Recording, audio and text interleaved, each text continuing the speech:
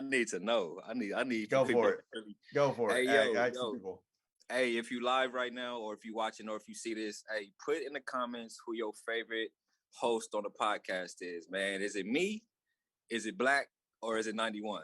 Let us know. Sometimes you gotta laugh at the fucked up shit, right?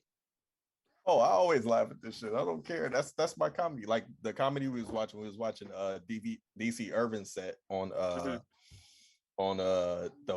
it's the Marlon Wayans comedy show on HBO Max. And he was talking about his daughter. He was like, my daughter came home and said she wanted to commit suicide because I got her the wrong shoes. And he was like, don't you do that shit in my house. He said, I don't want to come in here and see you hanging up on the fan looking like the last hot dog in the 7-Eleven.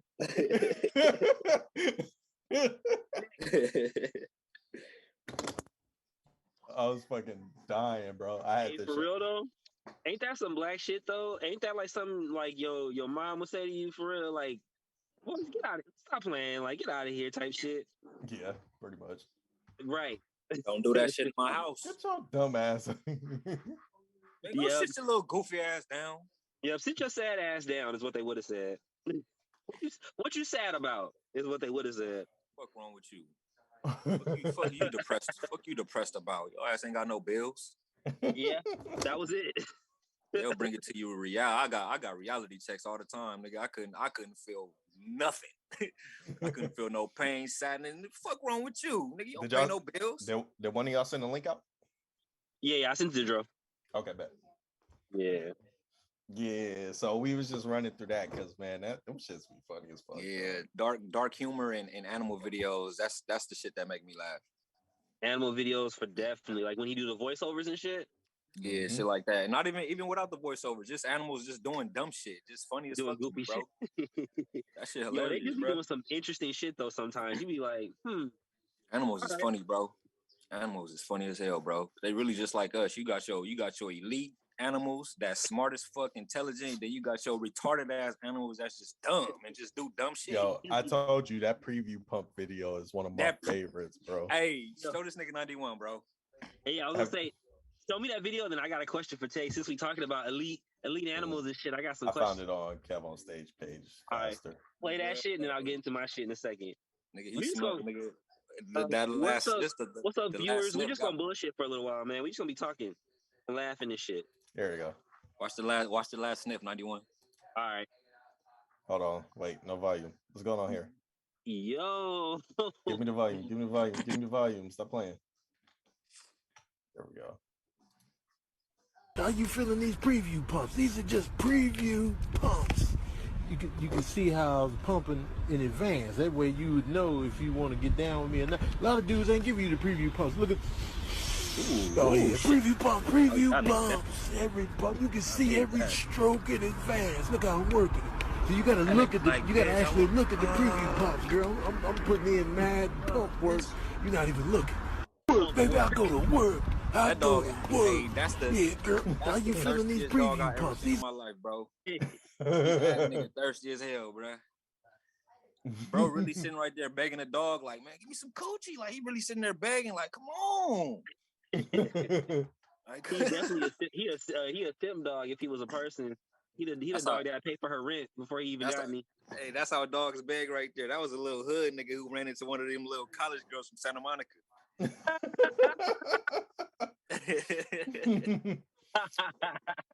Oh, you wanted to show her something one time. weird twist, because I'm not even gonna front. Like, this is kind of not even a segue at all.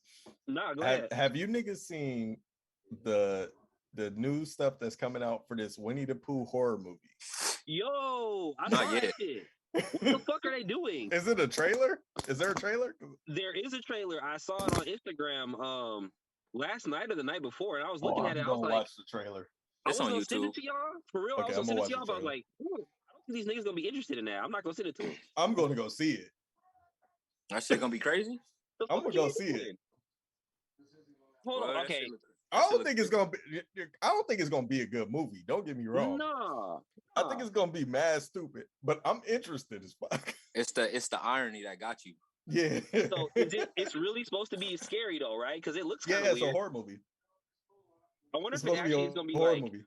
is it really gonna be a horror movie? Is it gonna be like a Tim Burton like Night Fair Before It's Time? supposed to be them about. Nah, that ain't no horror. It's supposed to be about them killing people. I kind of want to know the plot though, because like, where does Christopher Robin play in all this shit? Because I always thought he was soft, right? I don't think this has anything to do with Christopher Robin though. I I think this is about. I think this is about Pooh and Piglet. Oh yeah, they on a little Pull journey. that up. Just them. I'm gonna get on my Googles too while you looking, because that's kind of interesting. This is like your childhood Winnie the Pooh. Horror fans are buzzing about a apparent forthcoming film which looks to take the children's story and makes it more scary. The scant details about the film with the tagline, a horror retelling of the famous legend of Winnie the Pooh. The film written by this guy. Blood and Honey. Photos on the site, which include what appears a menacing version of Piglet. That's all they got. I've only seen Winnie the Pooh though. I haven't seen Piglet yet. Nah, it's a scene where you see them both standing together. They standing by each other. Right here. I was just gonna send it to the group chat too, because I see one him standing behind a chick in a hot tub. Yeah, that's it. I'm looking at it right now. Yo, they made Piglet look like something different though. Piglet is a hog, bro. Yeah, he looked like Timon from motherfucking Lion King on some shit. Winnie the Pooh. I learned in when I was going to the LA film school, bro. This is how these movie filmmakers and all these people, bro, this is all they do, bro. This is what they do. They either take old stories that were already successful and they try to flip it in their own way to make it ironic, or they'll take a already successful story and they'll place it in a new world. Yeah, I mean, that's pretty much all you can do. I mean, because the reality is, like, how many times can you, how much different? How many times can you really say create? I love you? Yeah, exactly. Like we doing the same thing, just in different ways. Yeah, I mean, it's really only like 5 basic stories. They just get told in different ways. Yeah, that's just like the another great example of this right here is the vampire slaying Abraham Lincoln. That's another. Oh my gosh, I love how terrible that movie is. Yeah, but it reels you in though, and that's all they care about. I love it, but it's fucking terrible. Yeah, that's all they care about. I was like, they just want your attention. No, I watched it. Go see it.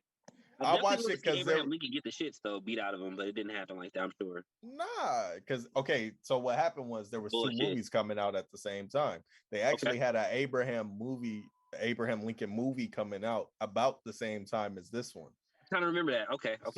When this one dropped, I was like, I don't want to see no movie about no Abraham Lincoln vampire hunter. Oh man, let's do it. Yep.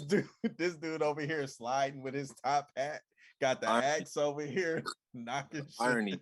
Irony wins, man. They got you. Wins. And as terrible as the movie is, I still like it. Yeah, because the irony of it. It's Abraham Lincoln fucking fighting vampires. Like, that's somewhere you would never think of Abraham Lincoln being or doing. Like fighting vampires. Same thing, but they actually did it pretty well in Inglourious Bastards. Mm-hmm. Yep. Okay, so that one actually is a pretty good one. So that's what I was thinking when you were talking about it. I was like, I think of some really good bad movies to ask y'all about, but Inglourious was a really good one. Inglourious Bastards is a really good movie though. Can you think of any other good bad movies like that? Any movies that are bad that I just really love? I think of a couple, but they mostly hood movies type shit. Like, it's not like no big movies. Yeah, I mean, because like Soul Plane is one of those for me. Yeah, for sure. That shit got it's funny, but that shit is a trash movie though. It's so trash. Yeah, that's a perfect Soul Plane. When I was thinking in my head, I was thinking of examples. I was like Love and Basketball, because that movie got Love and Basketball is a good movie. No, that's a good movie. That's a real cinematic film right there. Yeah. Okay, this is perfect. Let's talk about it. Bro. So the only reason Soul Plane was Soul Plane is because of the people that was in Soul Plane. Yeah. Okay, take them people out and put another cast in that nobody know, bro. Ain't nobody fucking with Soul Plane, bro. But I feel the same exact way about Love and Basketball. If you took the people that we know out of it and put some completely different shit, I think it would be different too. I don't think so.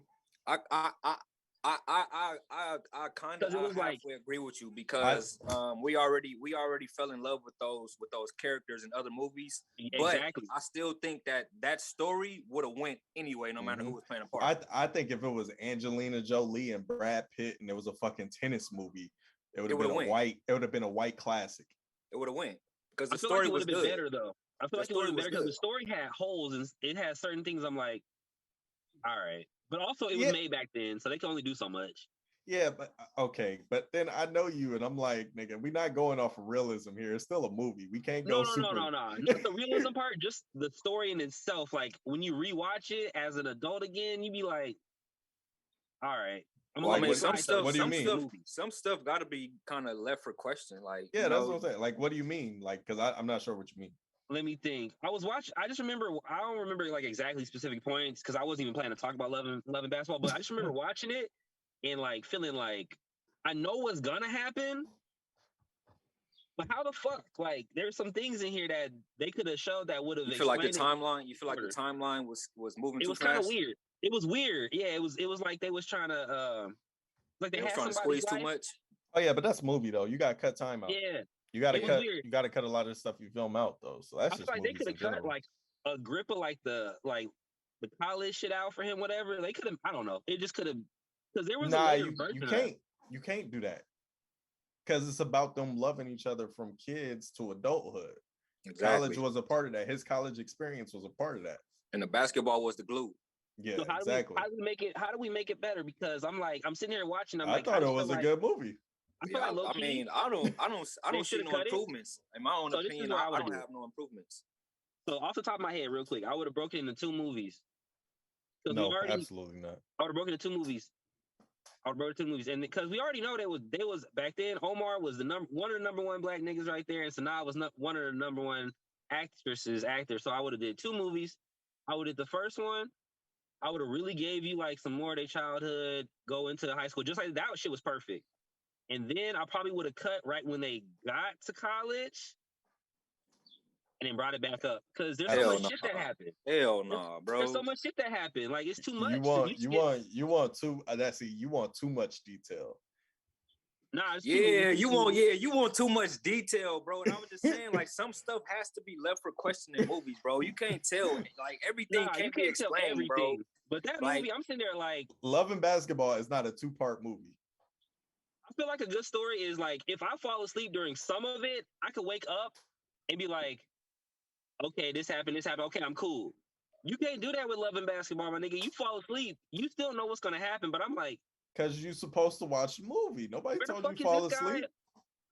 I've seen it like 16 times, man. I'm asleep, bro.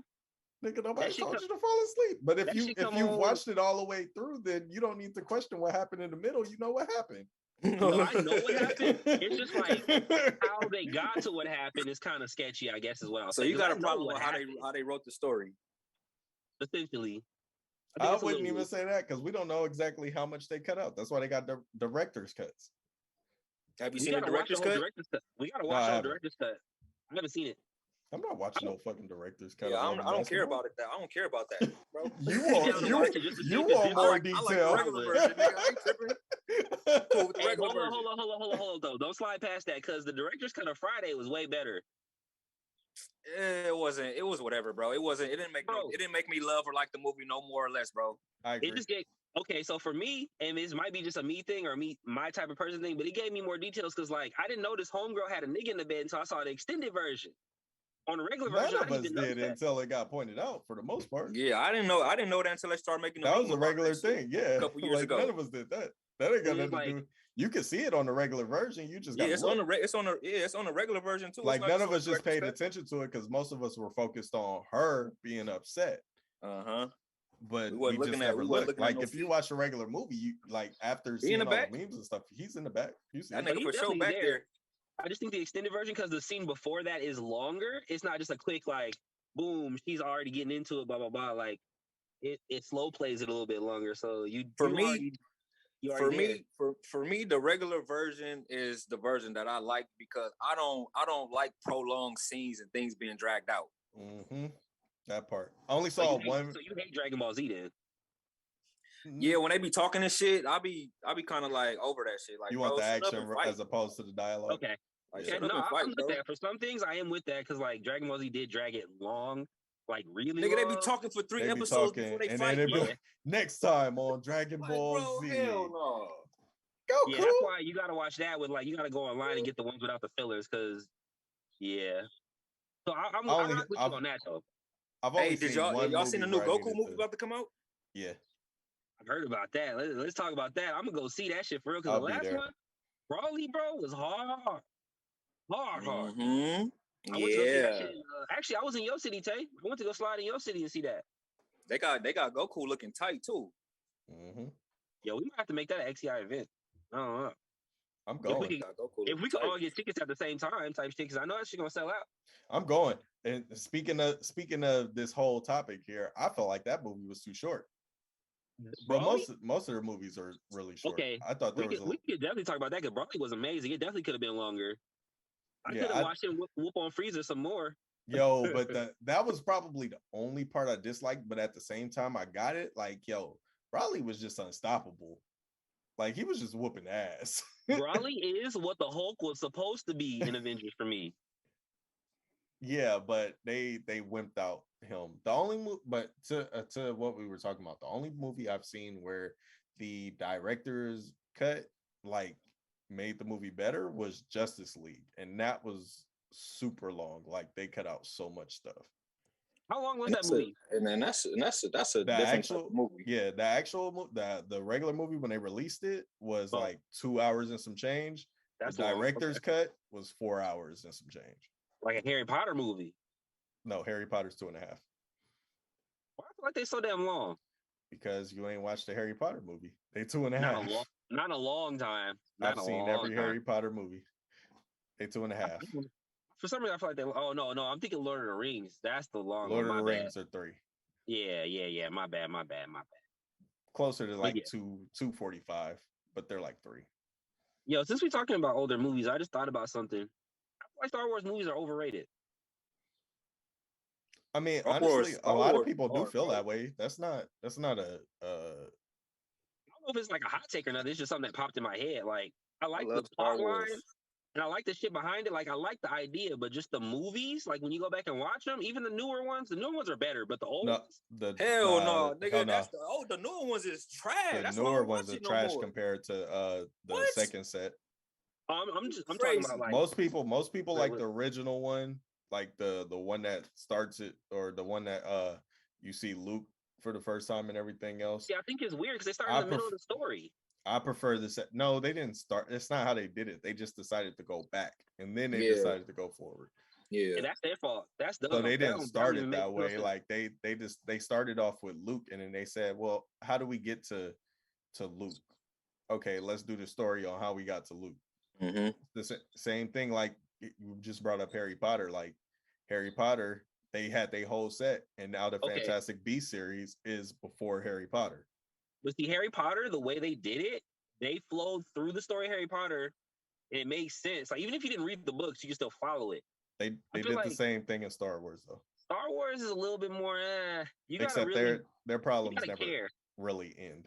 Yeah, that's why they have a crazy base. But yeah, they newer movies trash compared to my favorite set. My favorite set are the what would be considered the first 3. A New Hope. I believe that's wouldn't that be the first one with Anakin? No, that's the newest one. A New Hope is the ones with Anakin. Yeah. And then that's 4, 5, 6, and then 1, 2, 3 is the one with there you go. With Luke. With Luke, yeah. Okay. So 4, 5, 6 are mine. My favorites. Which one? 4, 5, 6. Man, when that nigga fought his daddy, bro. Bro, see, that's good storytelling. That's good storytelling right there. That's the shit, bro. When he found out that nigga was his daddy, when you found out that that was Luke Skywalker, Anakin's daddy, he was Darth Vader the whole time, bro. that shit fucked me up as a kid, bro. Because I had never watched the movies as a kid. So when I got older and I watched the movies in order, I was like, oh my God. That's what happens. Because then you realize Anakin grew up, Anakin got power hungry, and then he became Darth Vader. Bro. But he also had his kids. I like how they told the story though, because he. But I'm not mad at him though. Hungry. I'm not even mad at Anakin, bro. Exactly, because like he tried to do certain things, and then the old heads would be like, "Nah, young nigga, shut up, like shut up." And he would be like, felt, bro. I really felt, bro. That's why it was like it was sentimental for me. 891 kind of sound like you was feeling Star Wars. No, I like Star Wars, the books and everything, and the idea about it. It's just the movies for me, like. The old movies, I feel like they should just go back and redo them, maybe, since we have all this technology. Not. Oh, nigga, no. It looks so much better, bro. Bro, that's so much better. Point, bro. You don't have to change anything, just redo it. You want to take away the whole point, nigga. No, if they redo the movie, better. It's not even gonna have the same essence anymore, bro. It's not gonna have the same characters. Nigga, it's gonna have the same characters, but not the same people acting. Like it's gonna be way too much. That shit gonna be trash. Actors, though, at that point, like it's yes, not it about... is. Because you have this legacy that's been built up for like 40 years of character. That's why they had to bring back the original Luke in the last set of movies. Because if you get somebody else to play Luke, like that ain't my Luke. Like that's where you get people doing that. It's not valid. No, that's where you get people doing that. That ain't mine. Yeah, it's not valid. That ain't my. Especially for the ones that's been loyal fans from the jump. For the first couple of years. That shit, bro. Come on, bro. All you have to do to make the fans down with it is give them an option. Like, who would you rather see as your new look? Boom, boom, or boom, fuck boom. That. Hell no. You don't even let them know you about to change some shit, bro. They gonna be mad. Well, if you don't let them know, then they're gonna be mad. They're gonna feel like they slighted. So at least if you bring they was pissed off you had a black main character. Exactly, bro. Like they don't like shit being changed and shit altered like that, bro. That's why they don't be really doing that. Say you have to change the color of the people, just make whoever, like, find out who looks like this dude the best, who looks like Luke. You can't give no new Leia. Bro. You can't get no new Leia. Technology now, bro. Like the lightsaber would look like lightsabers. You want to make a fake ass Star Wars movie? Then make a new Star Wars story. Them niggas never fully defeat enemies. Make a new Star Wars story. It's a story that could keep going. Well, that's the thing. They do it well because they can always keep going. But also, I feel like they don't give their villains enough shine except for Darth Vader. Like, Darth Maul only had one fucking movie, bro, and he was hard. He got his ass whooped. Because he wasn't, even Darth Vader wasn't supposed to be the supreme dude. No, I'm okay with that. But it's just like Darth Sidious, like, he had a couple, like, all their, like, really dope villains only have, like, a little bit of time, but it's really more so, like, I don't know. They could have did some more with those villains they had. Cause they had some hard, crazy villains. Like, they had some shit. But Darth Maul was cool, but he was just a lower nigga. It was because he had the double saber, Sith, bro. He wasn't nobody special. Saber, nigga. He looked cool with the mask and had the double saber. Bro, he was a low level Sith, bro. He wasn't nobody special. No, I'm just saying the reason why niggas loved him so much, like the mask, his character looked cool. He had the double saber. Exactly, he bro. Looked cool, like, but his stories though too. Like I actually read a couple of his novels. He not just a lower level dude, bro. Dude was powerful. See, we back to this, nigga. You want too much story? It's already written, bro. I'm talking about story. In Star Wars, he's a low level Sith, and whatever you're talking about, that's something else. But see, that's the tricky thing about Star Wars, because the movie takes place over a long period of time. Like one movie takes place over a long period of time. So when Darth Maul came in the thing, he was like plugging it out for a minute. They just didn't know about it. He was like decapitating niggas, like being a mercenary, all this crazy shit. But each movie is 3 hours. But each movie is 3 hours at best. Facts. So you can't put all that in the movie. Nah, because it's a 3 set. It sets but they're already doing it though. Now they're doing it. They're going back and they're gonna have villain movies. That's why you got series and stuff like that. Like like Game of Thrones. Yeah, Darth Maul got he got his own standalone series and shit. Series. That's why you have series and you can get into all of that. But if you're looking for all that in the movie, like you tripping. Like we gotta cut this to 2.5, 3 hours. No, I just want more of it. I just want more, like make more but movies. That's why they make the standalone series. So for people like you. Nigga, if you want to know more, if you want to see more Darth Maul, nigga, go watch. That's why we made this series about Darth Maul. Go watch that. But it took like motherfucking Darth Maul died technically when I was a teenager, and it took till I was an adult for him to make that fucking shit. I was like, okay, but I can't. Okay, so if I'm a movie studio, I can't make 2-3 hour movies because you want an extra hour of content for one character. Make more movies. Like he's not that important. He's not that important to make a whole another 3 hour movie. Yeah, a lot could be explained, bro. A lot could be explained. Like they're already. That's gonna be the most boring movie. Yeah, because he's not really important to nothing else. That's a factor in the storyline. That's gonna be the most boring movie you sit there and watch. You're gonna be sitting there watching so much detail. It's gonna be like, ugh. This is gonna be a nigga talking through the whole movie, no action. There is no talking with him though. That's the thing. He don't talk, bro. No, but you want more story on him though. Like it's just gonna be detail.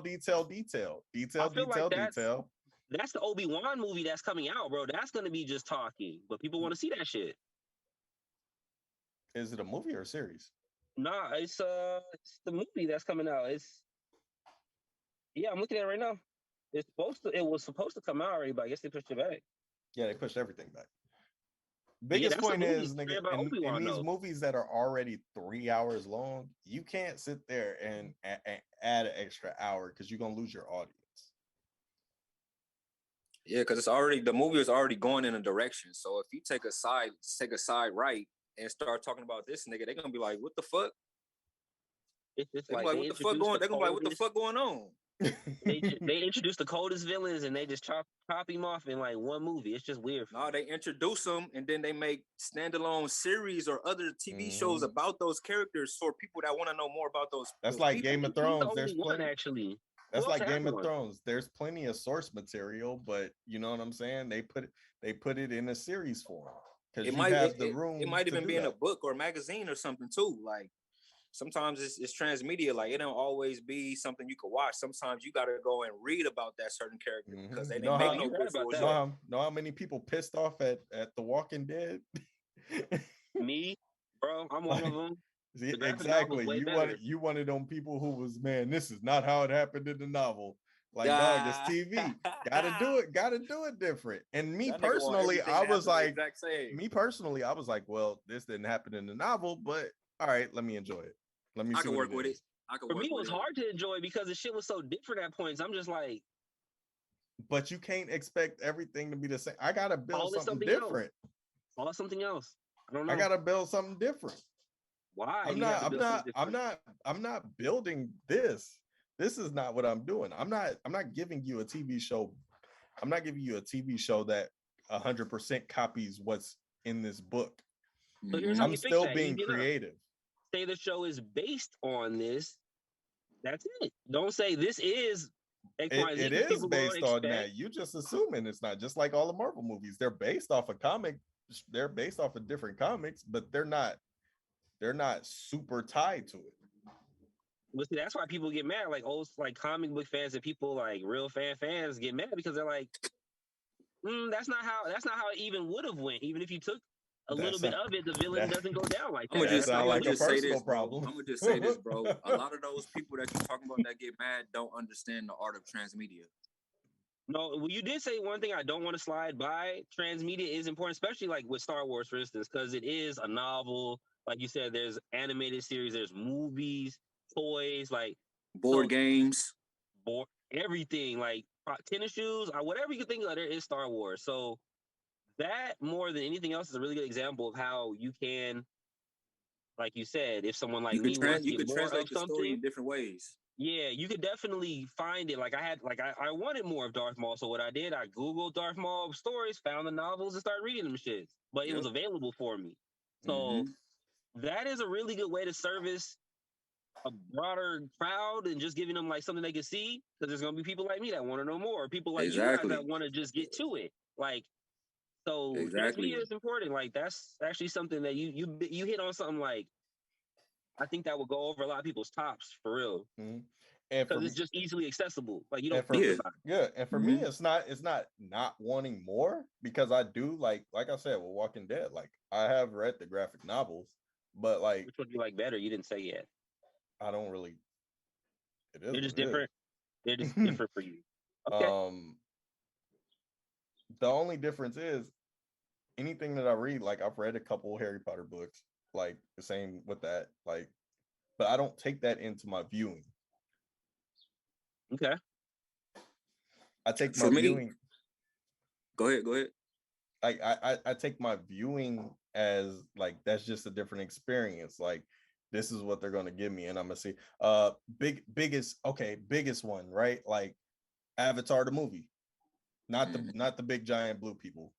We talking about the Last Airbender. That shit was bullshit, bro. Bro, that shit was was worse than the bullshit. Dragon Ball movie. Bullshit, but I still loved it for some reason. Absolutely, absolutely. I did not watch it. Absolutely, the movie was terrible, right? But like, I couldn't get through 30 minutes of it. But I loved it for the simple fact that I loved the cartoon. So I sat through that shit and just watched it like fuck it, because I love this shit so much, even though this is bullshit.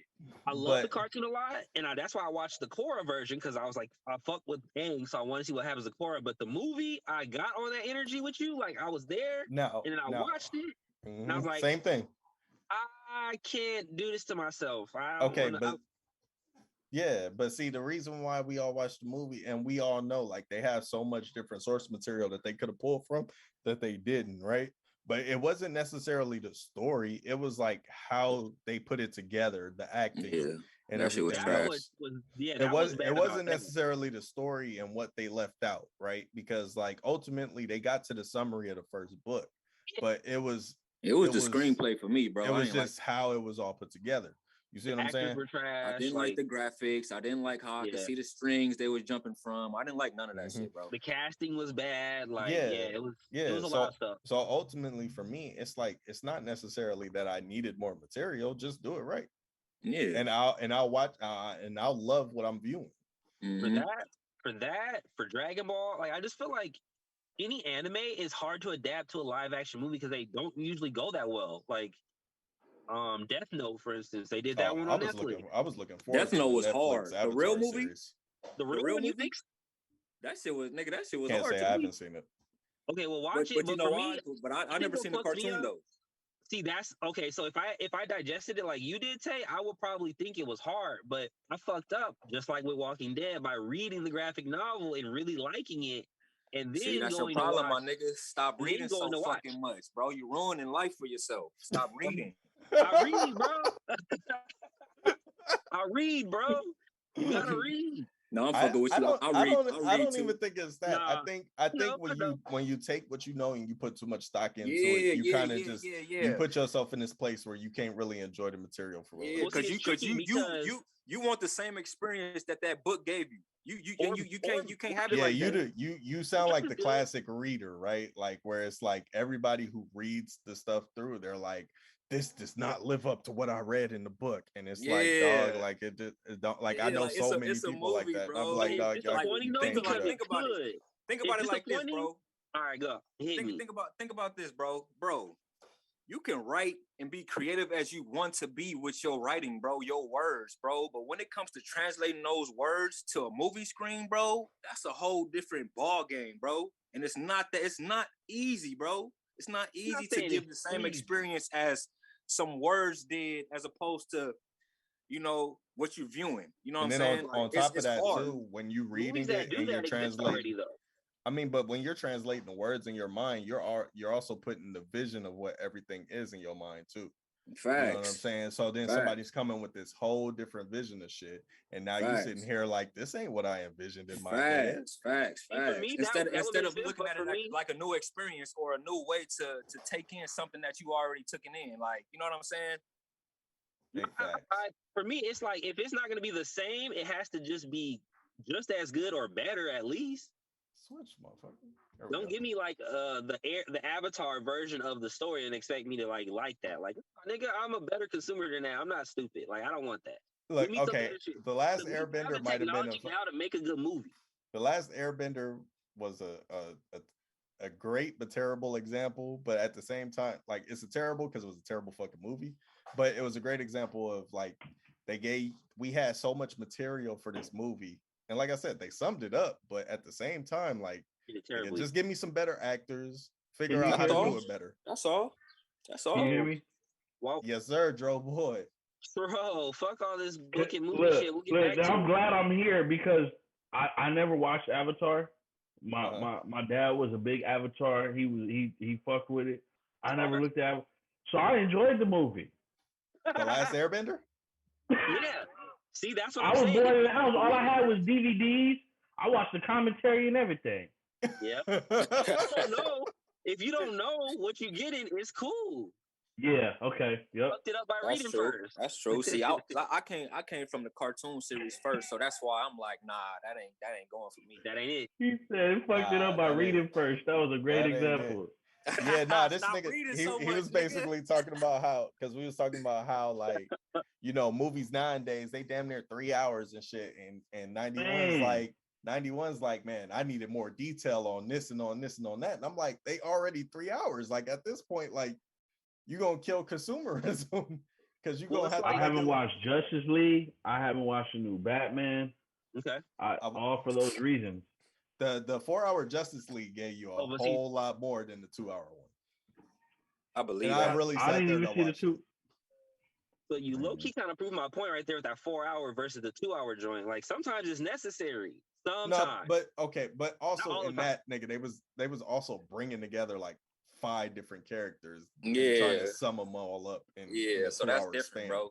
That's different. You gotta remember they still creating a whole universe, bro, and they trying to interlink everybody a part of that universe together, bro. So that's why it's necessary for them. Like literally, if you watch the original Justice League, they was like, "Oh, here's Cyborg," and then the niggas fight. No explanation like, to drop him in the story. But if you watch the actual version, like it gets into like how he became Cyborg, like his story and shit. But like I would say talking about consumerism, like I would say, that's pretty smart because you give them it.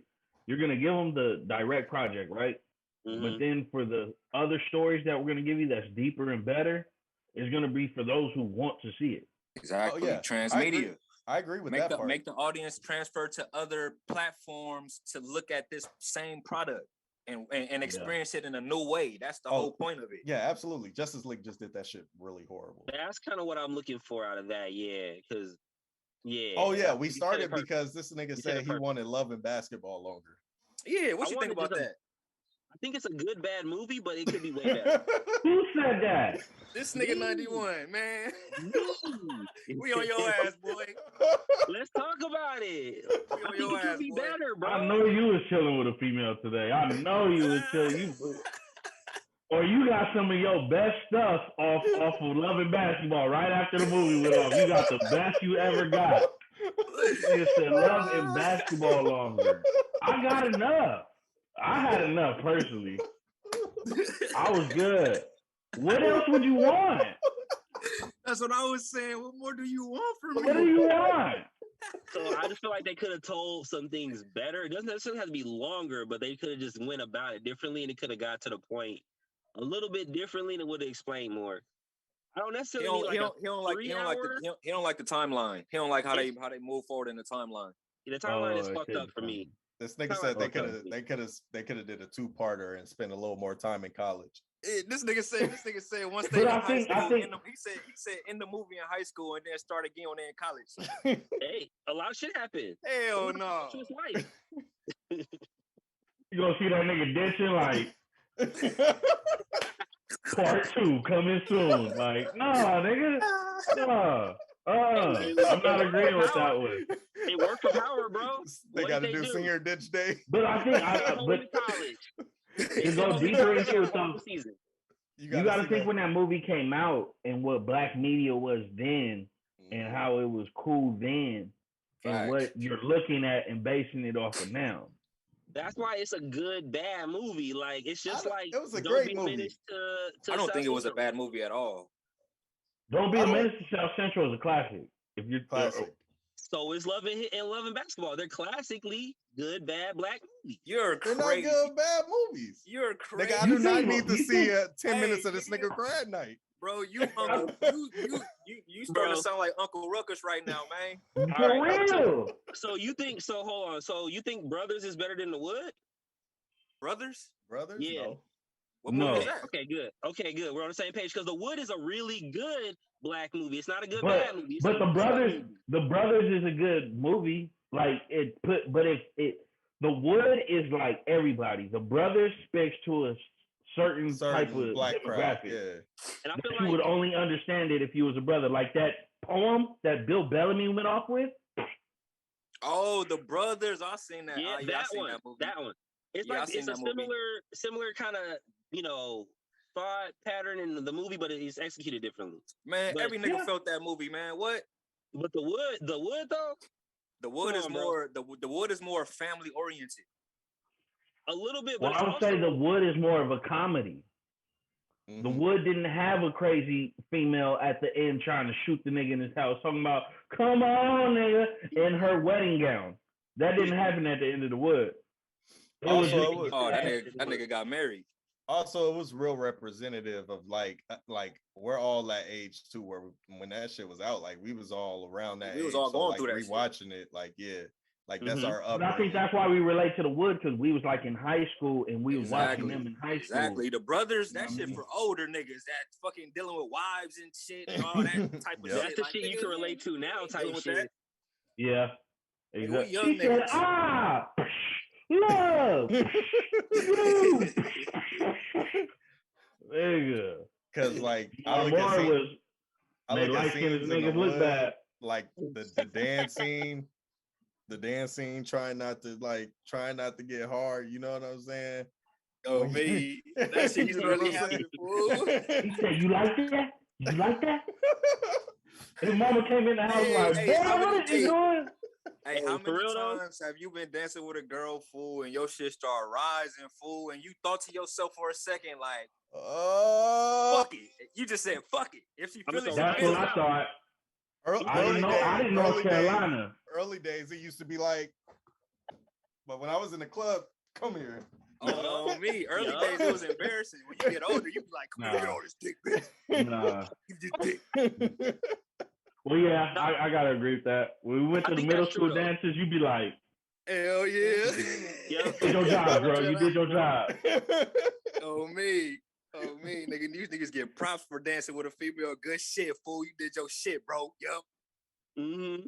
And it also depends where you are though, because if you're dancing with her at school Gotta or give if the you're high at like five. another setting, like a party or something.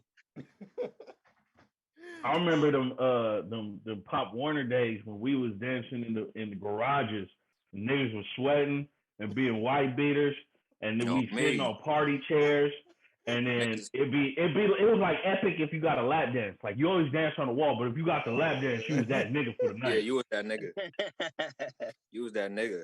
Yo, so let's actually, since we're here, let's talk about sweaty walls and parties like that, because we've all been in parties like that. I got Let's one talk for you about right that shit, now. bro. I got one for you off the rip right now. Go.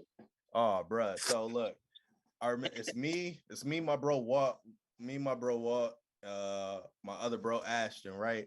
We used to always clown this dude because like he was with this girl for like the longest, right? And she seemed like she ain't really want him, but he wanted her, like he was mad in love with her, right?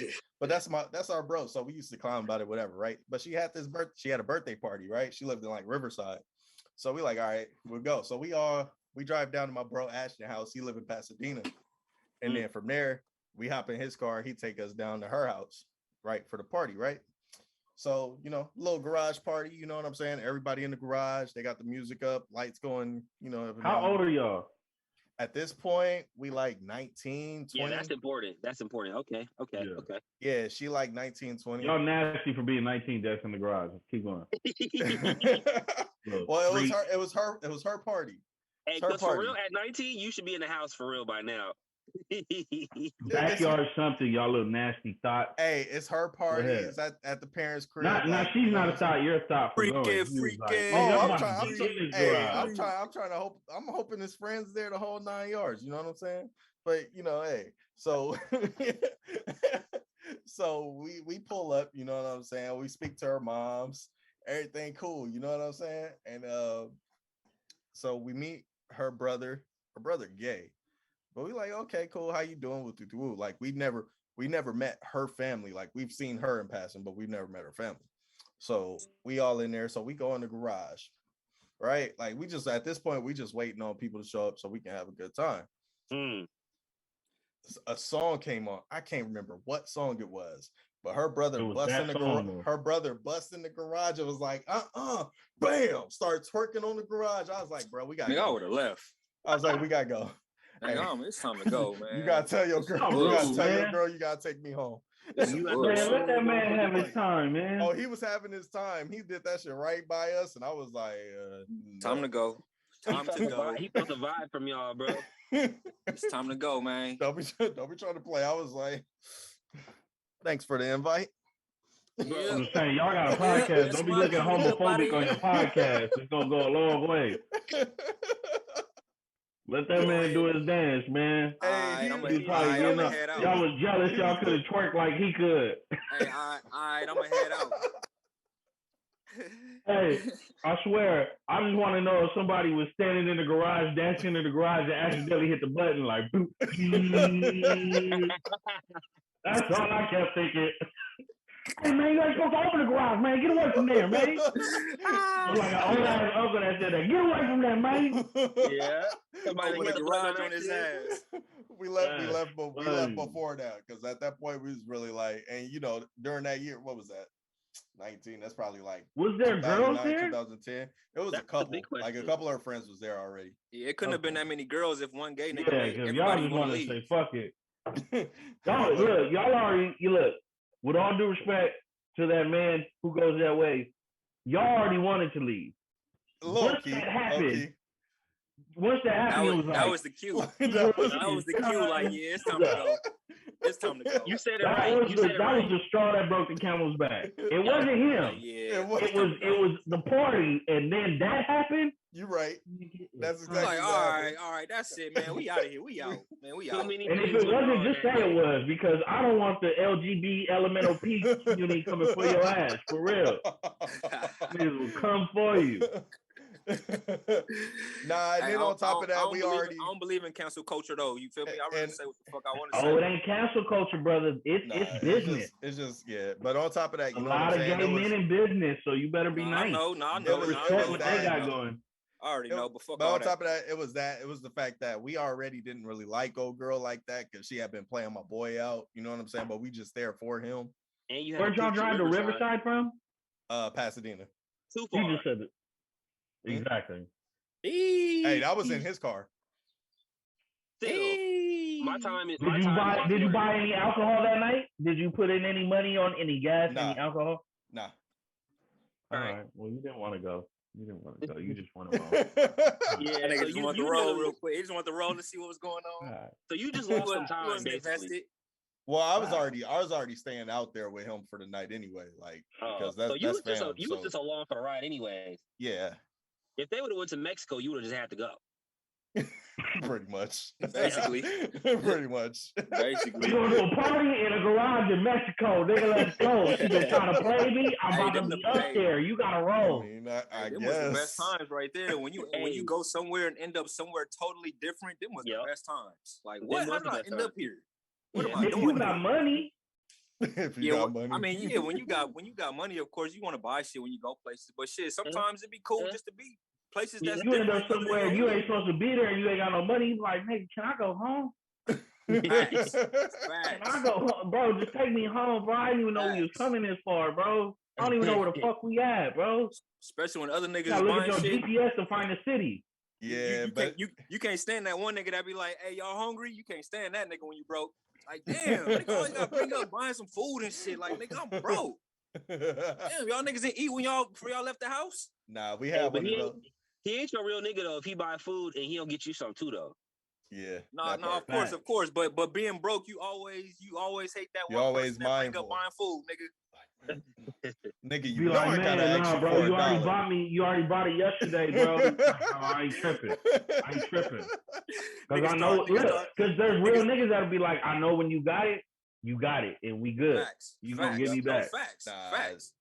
that situation do remind me though, because one time we was with the homegirl out in Pasadena. We like 7th thick, and she stayed out there too. And so all of a sudden, like, we all end up at her house. You know what I'm saying? It's like 5 niggas, 2 girls. And like, so we just kicking it because we all homies. Like it ain't like that. Like we all homies. Bad odds. And so she stayed with her dude, and she ain't tell her dude like it was gonna be 5 niggas in the house. And so like, this nigga came home. He came in like, like, who is this? Like, oh, what's up, my like, nigga? man, who is you? I'd be like, who is you? What's your name? Who is you? What's your name? Who is you? Who is you? Yeah, for real. Y'all lucky y'all got approached like that. But I ain't gonna lie. Yeah. Depending on who he was just like, there was 5 niggas in my house. I just me. That nigga cordial to everybody. Oh, they got an argument afterwards. His brain did some nigga calculations. Yeah. Almost definitely. Bro. But you know what though? For real, I wouldn't even approach y'all crazy because she would have been in the wrong for having all y'all in here and I don't know nothing about it. That's it is on her. It is. Plus, on her. we would have packed them out. I ain't going front. But you still got niggas in your house though. You gotta come on now. You gotta look up a little bit, but not too much. You can't go. We'd have packed them out. We'd have packed them out in this living room, dog. It's 6 niggas in your house. So you got. I got a similar story. I got a similar story to that, but it's not where like the dude came in, but it was like the dude was hating, right? So we went out. We was all working at Chili's, in Carson, and we went out. Oh shit! This dude's his girl's house, because like we had all partied together the night before, and I had a homie named Seven. He was a rapper and he went by Seven. So no bullshit. We went to the night and everybody named each other numbers. We didn't know each other's names. We was calling each other's numbers, like you're 3, you're 4, woo woo woo woo, right? So everybody's chilling, we're drinking, having a good time, woo woo. We wake up in the morning, right? Come to find out, her parents were in the room the whole time. Damn. Right? We like, niggas playing sleep. Right? We knocked out. Tell me why the parents leave. They come back and bring us all breakfast, bro. Hey. All breakfast platters. This is a black family. Mind you, this is a black family living in an apartment in Hawthorne. Oh, they were very nice. They kicked y'all niggas out. They said, look, they gave us all food and we was enjoying the food. We was all chilling, enjoying the night. Nothing really happened. It was just cool chilling with the females. You know what I mean? We got to know each other and shit like that. And, bro, the boyfriend started tripping. He was mad. He was like, nigga, you was chilling with us the whole night. Why are you? Why are you mad? You know, your girl was here with you. Why? What are you? And we just left. We was like, oh, that's different.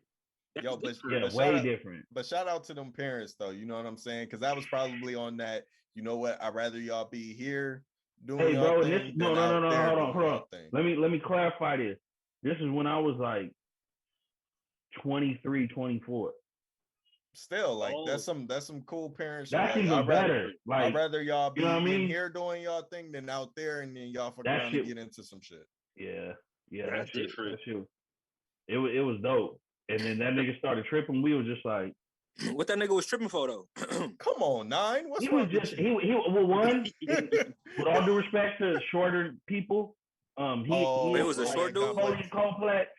So like he was intimidated by any dude that was like around his girl, but niggas didn't even have to be like his girl went outside and I tried to talk her in back to the house, to his house for him, and he thought I went outside to talk to her. I was like, he was just said tripping already. Like he was already on. Yeah. Like the next day he came to work and was like, "Oh, your girl, whoop whoop," and it was his girl, and I'm like, "Why are you calling your girl?" Okay. He was doing that funny. So then the next day he was like, "Yeah, y'all should come.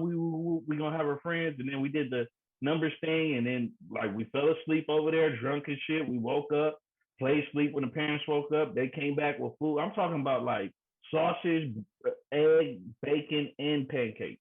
That's love. Yeah, that's love. Right and that nigga was just like, man, shit making me hungry right now.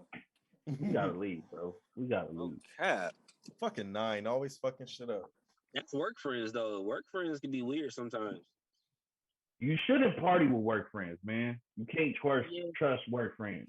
Yeah, it's a little rough. I was thinking the same thing because when I was younger, like 19 through like young 20s, when I was serving and working in different restaurants, like you said, Chili's, I said yo, because I worked at Chili's too, but the one in Lakewood. Similar situations happen all the time because of course, people start clicking up, start dating or whatever in a restaurant. But then you go out and hang out with everybody amongst the group. People start tripping when you talking to their girl. It's like, bro, I knew her before I knew you. It's not even like that.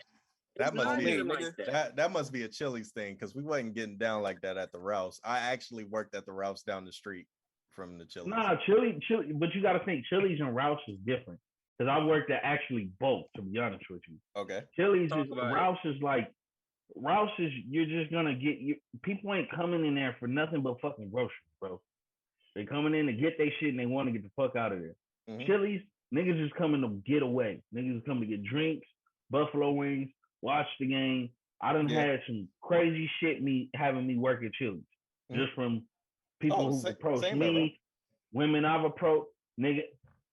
I've had a fucking 80-year-old woman hit on me at 23. I've had that. Bro, she was like 6 foot. She said, I'll throw you back in the back of my Cadillac right now. I was intimidated, bro. I was scared to go back. She was like 6 foot, slender, like she was like an old little black lady, and her friend was a light skinned black lady. She was like, my friend don't like you. Watch, she gonna be hitting on you, and she was just like, you said I like you and I want you. We could do this. No. Ain't no booty warriors over here, player. I know that. I was talking about more so the coworker aspect, because to that point, like that's where I met my baby moms at, and my baby mom's 12 years older than me. Well, see, it's different in restaurants. Damn, how old your baby mama?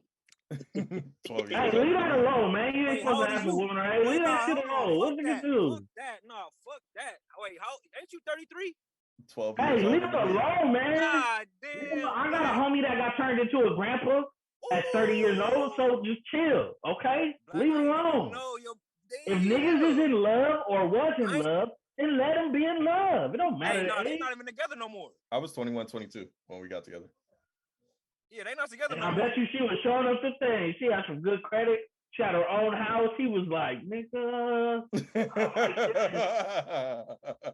Didn't realize all the shit she came with and was like, I don't like this. That ain't. None of that went down, and that ain't a story for right now. Well, I don't want to know the story. We shouldn't talk about the story on here. For sure. Yo, later. You learn something new every day. But yeah. No, but I think slide it from now. I think it's just a restaurant, because the restaurant really tries to build like a team friendly like culture. They try to like get you to be friends with your coworkers, so you like being there. It's like a energy thing. They try to make you like hang out. Because at Ralph's they didn't want us fucking with each other, so it made us fuck with each other. And plus, also, y'all already part of a union. That right. So you already got that clicked up situation. Y'all can't come together. Y'all need to hate each other. Yeah. Okay. Yeah, because we used to go out. We used to go out and party with each other all the time. What part of the Ralph's you work in? I was like when I was over there in Carson, because I worked at the one on University, and so when I was over there, I was a courtesy clerk, and then I moved when I went over to the one on Carson and Avalon. I ended up working in liquor, dairy, and grocery. Okay. Both of those, all the motherfuckers is bitches. You see me shaking my head the whole time. Like, both of them routes is struggling, right? Liquor ain't even easy, bro. It's just probably the most entertaining one for yourself being young. It was for me. I just had niggas like 91 doing my work for me. Yeah, something like that. It was similar like that. That nigga said dairy, them yogurts were a bitch, weren't they? No, damn. Don't even bring that shit up. I know. Yo, I retired. I ain't got to deal with that no more, so it don't matter. My first job was Ralph. Let me tell you, look, y'all want funny stories. Let me tell you a funny story about how I got my first job. Okay. After high school, I moved in with my dad. Same. My dad in Northridge, right? And so my dad, growing up in Brooklyn, just did a lot of things. Let's just say that he was also a rapper, but did a lot of things. You know what I mean, so he got money different ways. So I'm like, I'm already 18 at this point. So on my 18th birthday, my dad smoked with me. That was when it was okay for me and my dad smoked together. So me and my dad smoked, roast one. I get a call. I'm like, they're like, yeah, we want to give you an interview. I'm like, when? They're like, well, today, if it's possible. Mind you, I'm so naive. I'm like, I got to jump at every opportunity. So I'm like, all right, I'll come right now. So I'm like, Dad, I'm hot. You know what I mean? Like, what if they drug test me? He's like, they're not going to drug test you, son. So I'm like, all right, whatever. So I remember popping gum in my mouth and me chewing gum. I go into the job. They're giving me the interview room. They're like, so we got to give you a drug test, you know? Is that fine? Too well. Yeah. Yeah, it went through well. And they're like, we're going to give you a drug test right now. Is that fine? I'm just like, yeah. Damn. Well, she leaves to go get the shit. I'm sitting there like 18 years old, like, do I just get up and leave? Does this fuck up my record? Like, if I don't pass, like, what happened? So I'm just, fuck it. I'm going to just go through with it. You know what I mean? I go through with it. I go back home. I tell my dad, I'm like, Dad, they did drug test me. You said they wasn't going to drug test me. This nigga tells me, nigga, I ain't had a job since 17. Nigga, how you going to take advice from me? I started dying. Like, nigga, what? Ended up getting a job. If you use gum on a swab test and hold it in your mouth, those chemicals will get into the swab and you can pass your drug test off weed. Just to let you know. Done it multiple times. Wait, If you didn't know, say that again. If you didn't know, If you have a swab test, the one they put in your mouth, there's 3 steps you could do, but there's really one that I only used one time and didn't know it when I was 18 and then figured it out later and kept doing it. Use rinse wash that day, eat something greasy, and when you go to take that swab test, have gum in your mouth. Pop a fresh piece of gum in your mouth. And then when they go to swab it, it's all going to go into that swab, all that gum. And it's not going to get your THC. I've gotten like 2 or 3 jobs that way. the more you know. Y'all hear that? Y'all hear that, people? For all the smokers out there that thought y'all could never get a job again, here you go, motherfuckers. But that was funny. That's actually hey, that's funny because that's actually how I ended up getting hired. Like I moved with my dad over in DA. And then like literally I was on my way to go fill out the application. They called me, was like, can you come in and sign these papers? What side of DA you stay on? Closer to fucking, what is that, Central? Wow. Where? Well, I don't stay there now, but right. Where? Right but like, where did you stay? Around the corner from Annalee.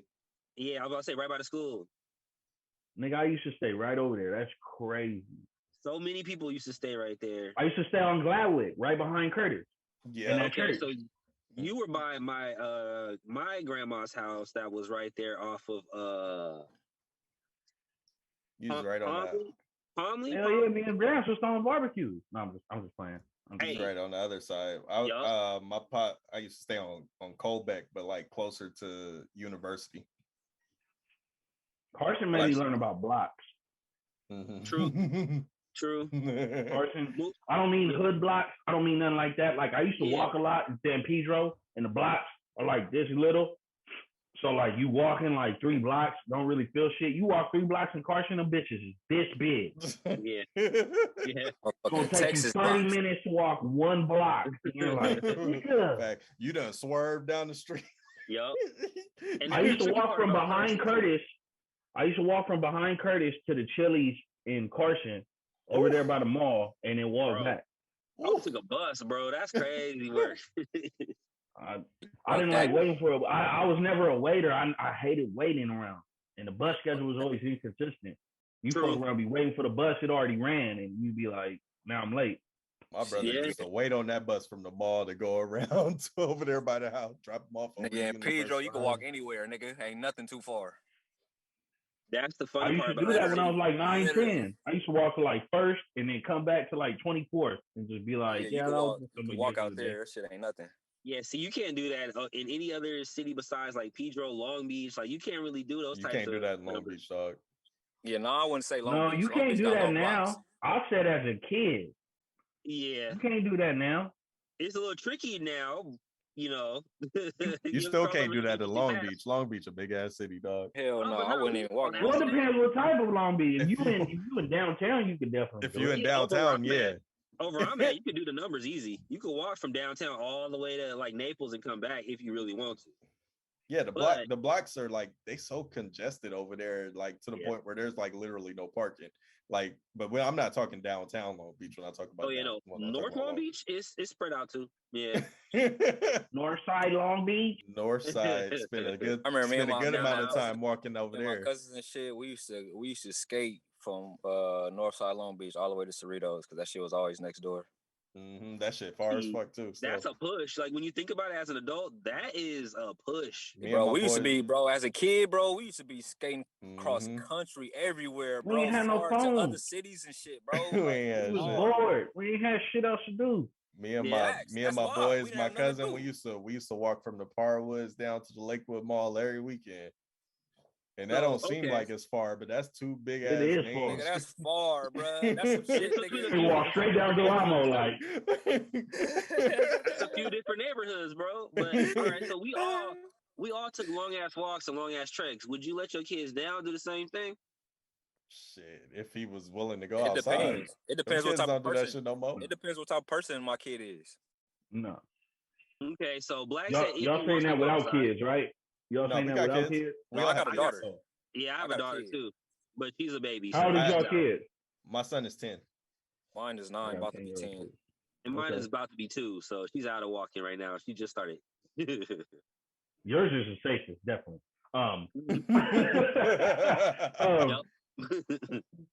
Y'all would let them walk or be without, like, I don't know. Well, okay, what I'm really saying is. See, it's tricky. It's tricky now. As adults, you're like, I don't think I will let my kid walk from here to here. I'm gonna just drive them. Fuck it. Or because so were our parents just irresponsible as shit? Yes. Low-key. Nah, I wouldn't even say that, bro. Raised in a different time. Look, you gotta look at it like this, bro. That's fucked up. He said yes. I say no. Yes. He said yes. Look. A hard yes, like yes. He said it like a racist saying nigger. Yeah, for real. But look though, seriously fuck them parents. Like, god damn, nigga. Seriously, I have examples, but go ahead. Go ahead, Ted. No, I'm saying like seriously though, like who has mothering parents? Who has what? Anybody parents kept them in the house and tried to keep them coddled up and shit like that? Any of y'all? Nah, not really. See, I did. That's why I look at it differently because my mama didn't let me just be a kid and just be free and shit like that. I had restrictions and shit. Like a lot of shit I couldn't even do unless she approved it. If it wasn't cool in her eyes, she wouldn't let me do it, even if it wasn't even nothing wrong with it. So for me, bro, when I finally had the experiences to be out in the world, just doing shit with my friends and shit, it was so liberating, bro. I felt like a fucking human being, bro. I didn't feel like a slave. So it's like, for me, bro, yeah, like if my daughter asks me, you know what I'm saying, could she go and do this or do that, you know what I'm saying? Of course, I'm gonna know the details. I'm gonna know all the details. All right, where you gonna be at? Okay, who you gonna be with? All that shit. But nigga, I'm not finna keep my daughter from doing some shit, bro. I'm not. No. Nobody's saying that. But I'm saying, would you have what we were talking about necessarily walking? You gonna let her walk, or would you rather take her? That's the conversation we're having. If she asks me for a ride, of course I'm gonna take her. And see, it's different. You talk about asking all the stuff that we did most of the time. We didn't ask for rides. But we didn't ask to do any of it really. We were just outside. I asked for rides.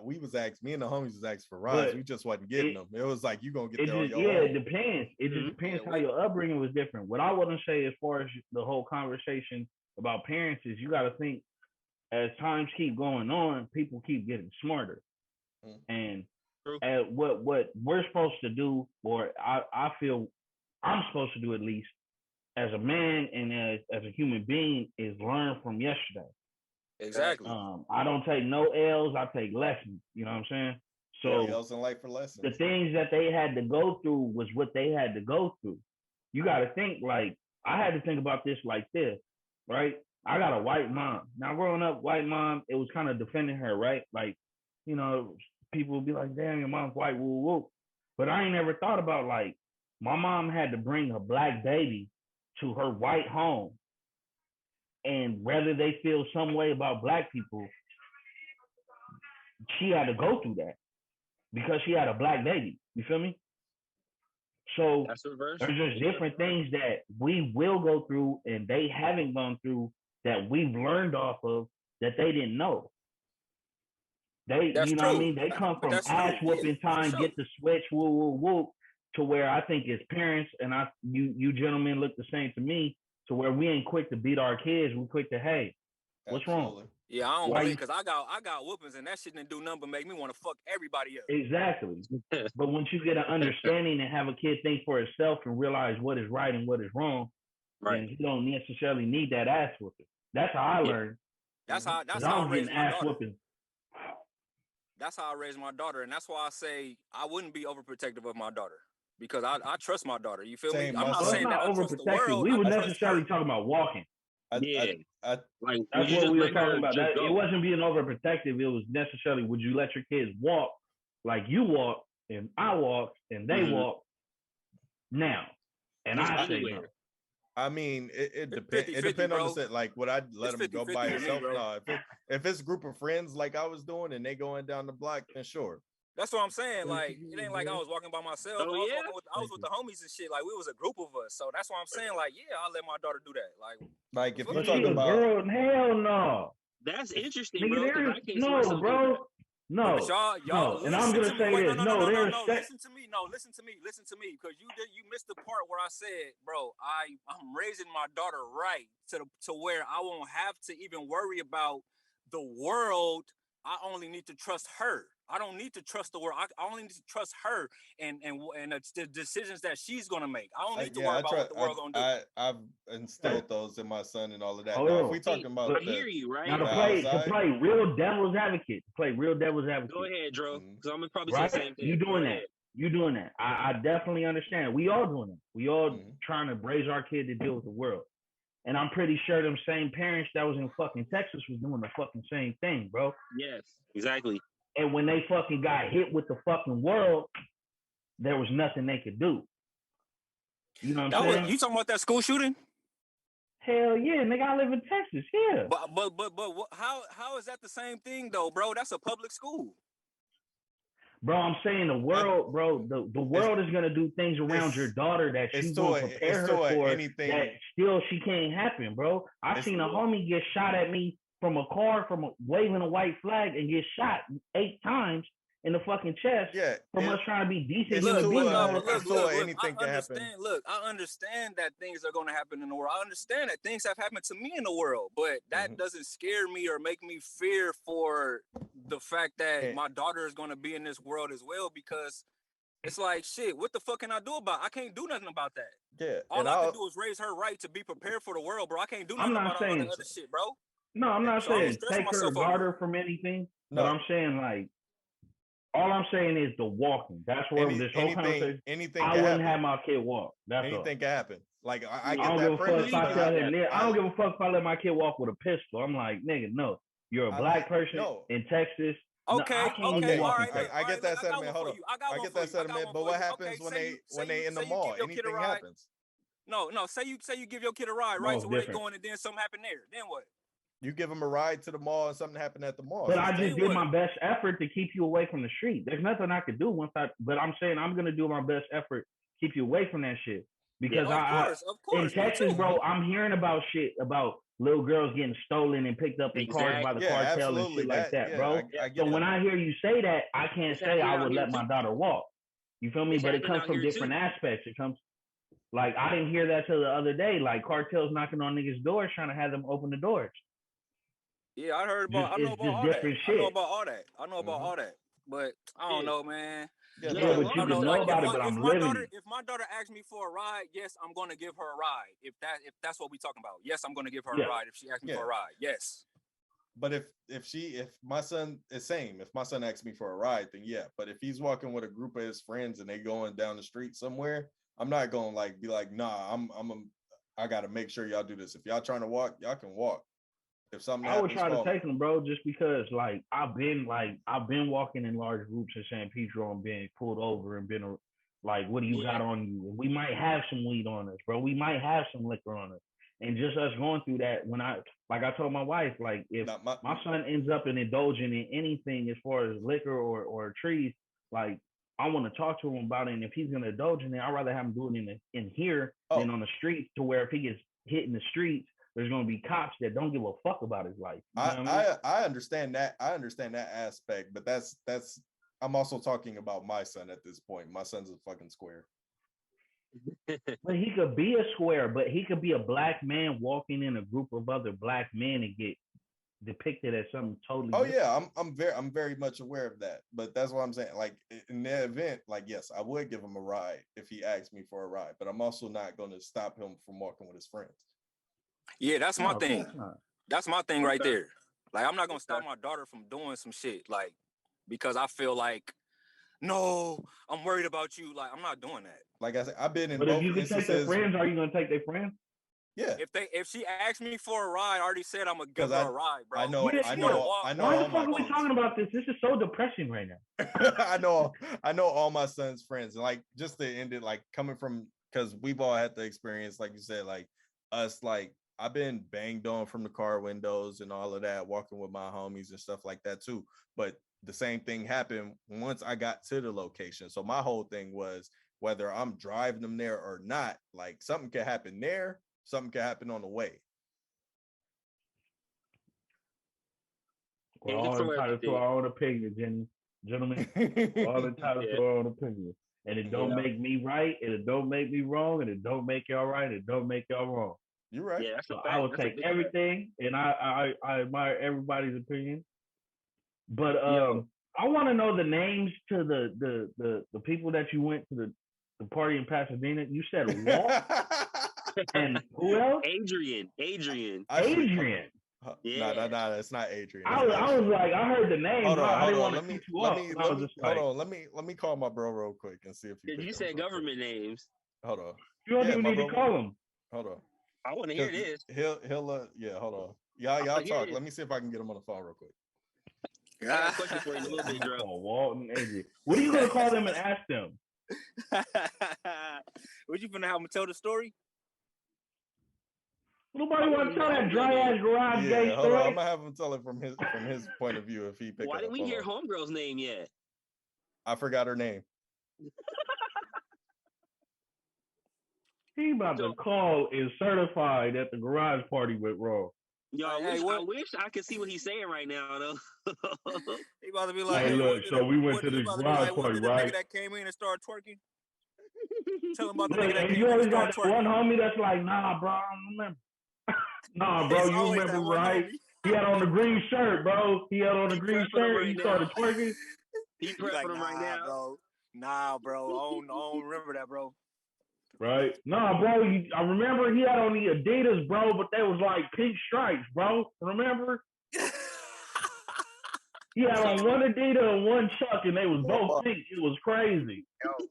Can y'all hear him? Yo. Tell us about this bullshit ass story in Pasadena. You sweaty thought niggas. You talking about when his girl was doing all the weird twerking shit in the garage? Nah, that was her brother. Oh, yeah. Look, he didn't even know that was a man. He thought it was a female. Yo. Oh, hell no. He said that was a nigga with a ponytail. That nigga barely found out it was a nigga right now. Niggas was about to have to get up out there because the nigga was being a little bit too disrespectful. We wasn't trying to tear up nobody's household. Hell yeah. Look, turn into some gangster shit real quick. God damn. He said we had to get up out of there. Yeah, it was gangster too. The way shit, nigga, we had to get up out of there because nigga, the whole house was gonna get lit up, nigga, and we was gonna leave with their TVs, nigga. I remember walking up to the motherfucking door and the nigga low key trying to press, and I'm like, nah, we not gonna do that. See, I told you, Black. I told you from the jump. You didn't catch the vibe. I already told you when you was telling the story. Homie from the jump was pressing y'all. You didn't even know about it. Yeah, when a gay nigga come and dance by you, fool, he trying to shoot a shot. Niggas have to make that shit understood. I told the nigga off top, like, I didn't come down here for that shit, but if I gotta tear this motherfucker up, I'm gonna tear this motherfucker up. That's funny. And Eric was like, "No, guys, it's cool. It's cool. Yo, It's cool. that nigga We're was going in the garage, guys. It's cool." Wow. Nah, see, he always wanted to be the peacemaker, but you know, nigga, we always wanted problems. Always. Who, Eric? I'm sorry. I'm non-violent. Yeah, that nigga non-violent, but he'll get violent though, for sure. I was about to say bullshit. That nigga Gemini, I know he getting violent. But you remember when her brother slapped the garage door and started twerking? Yeah, weird ass shit, man. We had to get the fuck up out. That shit weird. I didn't have enough alcohol in my system to deal with that shit.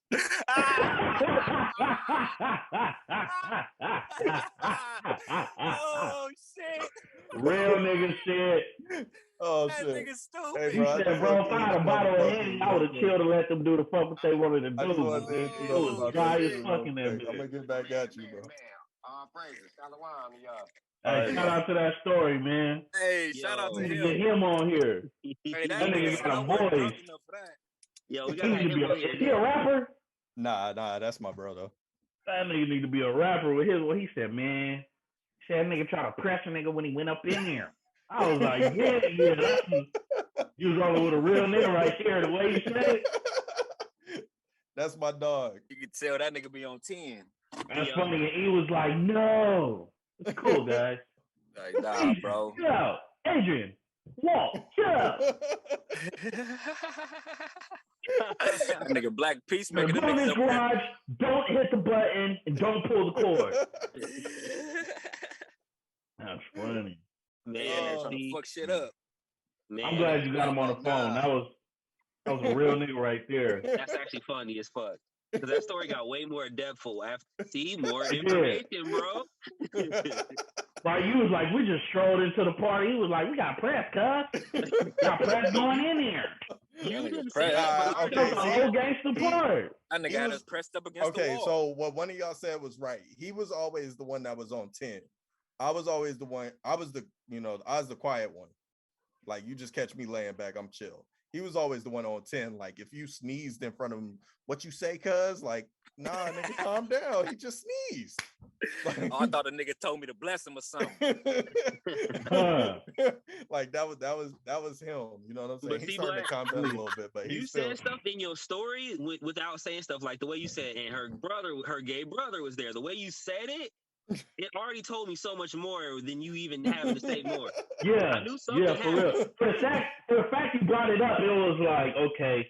That was the reason. That was the reason. Foreshadowing. Let's see where this goes. Why did he mention the gay brother? Like, it wasn't just his brother. It was like he plays a huge role in this story. That's I was like, this nigga gonna pop up later in the story.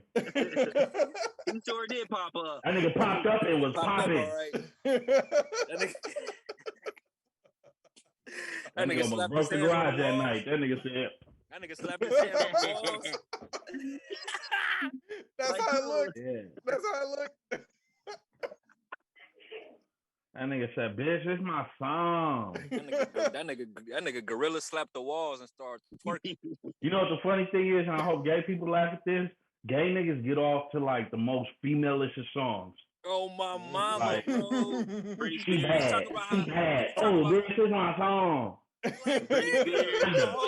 is my song. Like, and all you of that. buff as fuck too, nigga.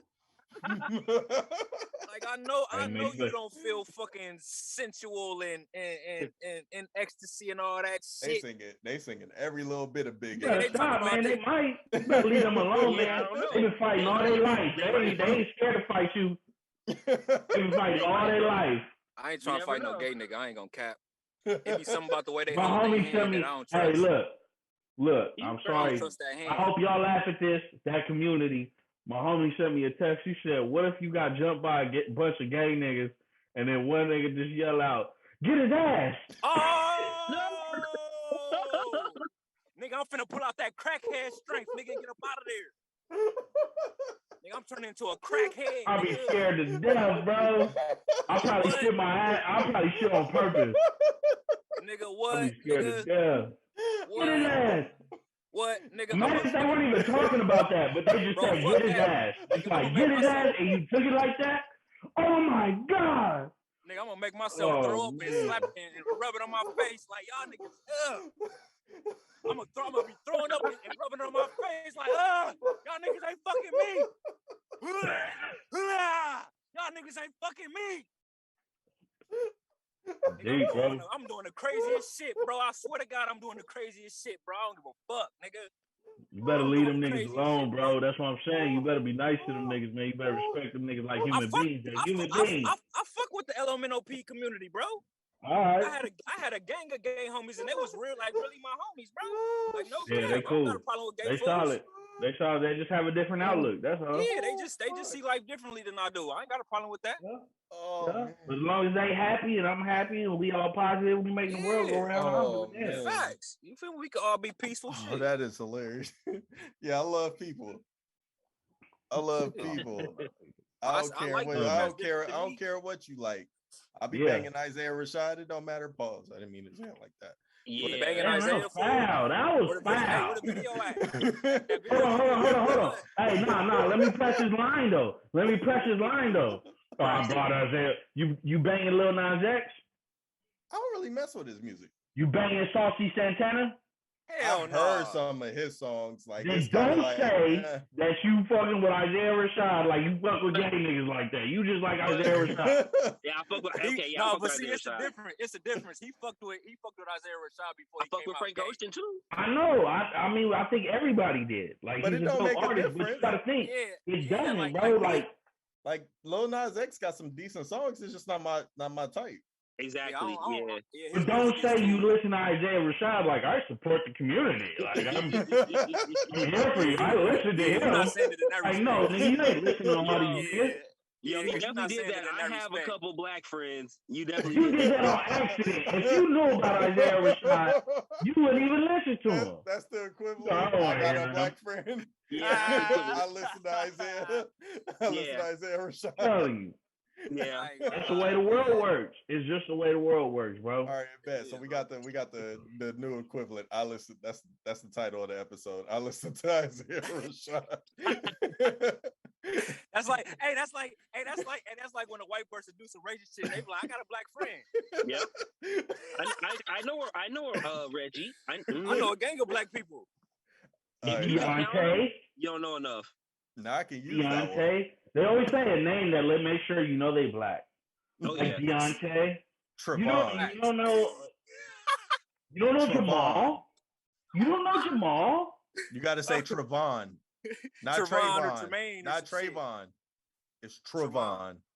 Nah, don't even say that because there's niggas that name their babies that. And be spelling it all weird. Facts. And then they my name is spelled D-E-V-I-N. And for some reason, still niggas want to call me Devon. No, nigga. It's bro, that's how I be with my shit. What like, bro, it's Devin. Why the fuck you keep calling me Devon? Like, bro, nigga, the name is spelled how it sound, you dumb motherfucker. I'm good. And then you gonna tell me like, Devon is Devin. Like, no, I don't like you, English. No. Yeah, I automatically don't like people that misspell my name because it's just something about it just lets me know that they don't have basic common sense. So what do you get called? People call me fucking Devontae when it's a fucking A, but they still say Devontae, or they call me It's Devontae? It's Devontae, just regular Devontae. I get Devontae, Davontae. But you still got a black ass name, bro. With all due respect. It's definitely a black name. It's definitely a black name. But Devin. But there's white girls named Devin. Ain't no white girls named Devontae. No, we in the same boat, bro. I got Justin. Like it's a lot of different people named Justin. Yeah, we in the same boat. That's with that one. Stupid. Unless you got the Y and you want to be unique because your parents want to be weird. Nah, I wanted to be black at work. I made them call me Daquan. I got a name badge and everything.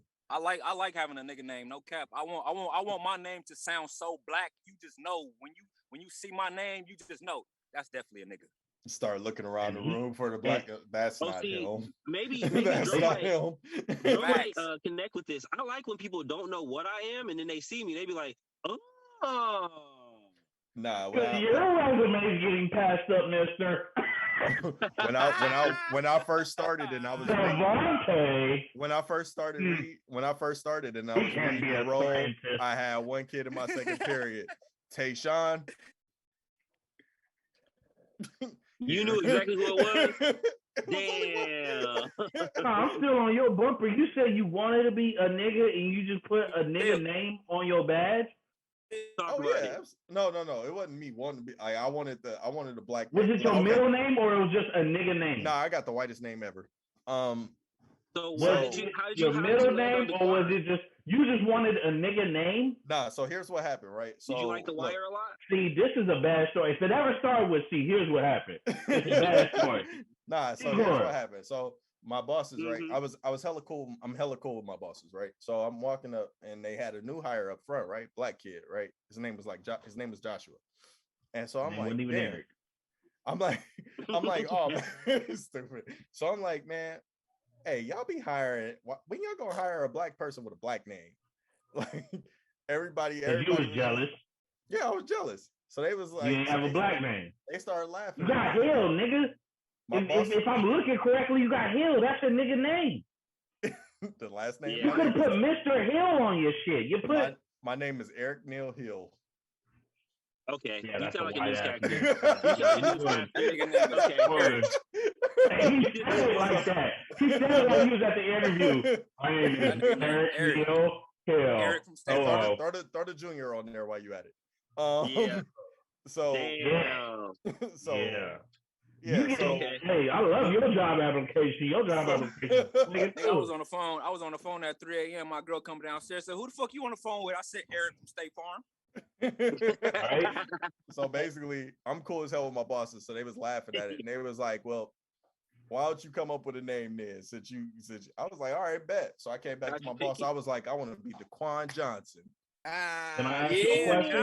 Yeah, that's right. Can I ask you a question? Damn. Were your bosses black? Nah. One was Hispanic, one was white. And I'll be back with another beer. They were racist. They racist as a motherfucker, bro. And so she was like, all right, you can have the name badge. Nigga laughed that off. They are racist, bro. They used to call me DeQuan all the time. I'm betting they loved it with they fucking racist ass. No, that was racist. They were like, yeah, niggerize yourself. Niggerize yourself. Do it. Do it. Darker Criminal Link. They said DeQuan, they said nigger. Right? They thought you was the stupidest nigga ever. Look how pretty his name is. He want to be DeQuan. Stupid ass. Look how they probably like that one. I hate my name. My dad did not want me to be named this. Nigga, you got the best resume name. You kind of do. You could be a sportscaster. You could You could be a business dude. You could be a car salesman. You could be whatever. Look, he got a teacher. I know I have a professional name. It's not, bro. You can get any resume looked at. At least looked at. You don't have to worry about them seeing like a crazy ass name being like, My nigga Tay got a tough chance. Yeah, that's what you tell me. That's why I'm unemployed right now. But see, that's why I want to be able to go back to myself at some point. You know what I'm saying? Hey, but no. I was able to switch name badges. You haven't been able to switch back because they're like, nah, you a nigga now. Nah, nigga, I quit. hey, but no, to touch on what that nigga I'm Mr. said, Hill bro. now. Yeah, bro, right. On my applications, bro, because I know I got a nigga name and I know they already know they look at my name, I already know I'm a nigga, bro. On the ethnicity shit, nigga, I be putting on everything, nigga. That's how they know you a nigga. That's even more. They was like, this is something a nigga would do. This was something a nigga would do right here. You're supposed to put Native American. No, right. I don't literally put everything. I'm just saying, like on different applications, I'll put whatever. Like I'll put that I'm fucking Indian, Alaskan. I'll put all Native American, Alaskan. Yeah, like Native American shit. They don't know, nigga. How do you know you're not? They don't know. They ain't gonna check it. Exactly. They go, give me your 23andMe results. Right. You don't want. Hey, then they got a lawsuit on their hands, bro. Hey, and look, and you can't tell somebody race by looks no more. That shit out the door. We ain't doing that shit no more. Yeah, you can't tell what nobody is no more by looks. That shit out the way. What am I? Only you know. Only you know. Only you and your parents know what you are, nigga. Nigga, you and Nathaniel, that's what you is. That nigga's a pygmy. Shit, That nigga man. from the pygmy tribe. Yeah, but people can't see you, but we know. Yeah, so I just give them a false identity to put in their mind when they see my name. That's all I do on the application. Yeah, but you hear you gotta do that? Like that's fucked up. That is pretty shitty though, right? In society. But that's the world, right? Yeah. Because nigga, you could be the hardest, smartest motherfucker there is and have a name like fucking DeAndre and be fucking fucked out of a job. That's how it is though, bro. That's how it is for me. Shit, motherfuckers see me and they just think I'm really like I just got out of jail or some shit. They don't even know I'm really an innocent nigga. Like I don't like violence. Meanwhile, nigga, Eric I'm over a peaceful here. nigga. Bro. Like nigga, I believe in equality and meanwhile, peace. Eric over here. Let's get off this shit. I got two things I gotta clarify. I said last time that I might have been the first person singing and rapping in Pedro. I want to say that is definite mass before me. And then I also said I didn't have an influence of today's time that I like. And I got to say my influence that I like today and who I rock with is Tory Lanez. Tory Lanez hard. Let's talk about it. We love Tory, actually. He's our guy. Mm-hmm. We don't got to talk about it, though. At some point, we want to be on his. We want to have him on the show at some point, but we're definitely fans. We've been listening to him for a long fucking time. Yeah. Chick takes what? I've been listening to him since like 2012. Yeah, when he first came out and shit. When he was like, y'all on Chick Takes One. Yeah, when he was like taking other people's beats and stuff. Yeah, I was with that. Yeah, Chick Takes One. Before he was beefing with Drake, and then he started beefing with Drake. I liked all of that. I first heard him on the hot new hip hop circuit. Did you hear him kill off Lucas Joyner? Yep. And the lighter. See? Y'all hear the slow shit? My baby doing her hair. It's just some real shit going on right now. Yeah, the Tory Lanez shit that I was on, bro, they don't even have it in this discography no more. Tory Lanez is a beast of his own, bro. Yeah, he's crazy. I was watching that nigga last night. It's crazy though, like how his career is like halted right now. He's got like a Chris Brown trajectory. Nah, he's coming back. Yeah, he good. He's getting booked back at festivals right now. He ain't there yet, but he's getting back. I'm going with that. Of course, he could have been bigger. Brown trajectory. You know what happened? He does, bro. Think about it. No, we don't know what happened. Okay. They're both still up, but they could know what happened. Way higher. We know what happened. She stepped on glass. Nigga, we know what happened. I think her friend shot her, bro. I ain't even gonna say that because shit. When we make it, they're gonna look back at this. But I did not like that situation. Definitely not. I don't like no violence against women, but I think it was woman on woman violence. I don't like liars either. More than I don't like violence. So True fact. I don't like liars. Yeah. I don't like getting people involved in court. You shot me. Toby, you shot me. Yeah, I don't like liars. I'm not saying someone lied, but I'm saying that the report said she stepped on glass. Either. You know what my nigga said? He said, "Oh, okay, for real. I'm gonna make a whole album about it. Let's go talk about it." Facts. I ain't gonna say nobody lied, but I ain't saying nobody told the truth either. I'm gonna say it's definitely looking like somebody told more of the truth than somebody else. I believe Tory's truth because he actually giving you details on shit. Like, nigga, what?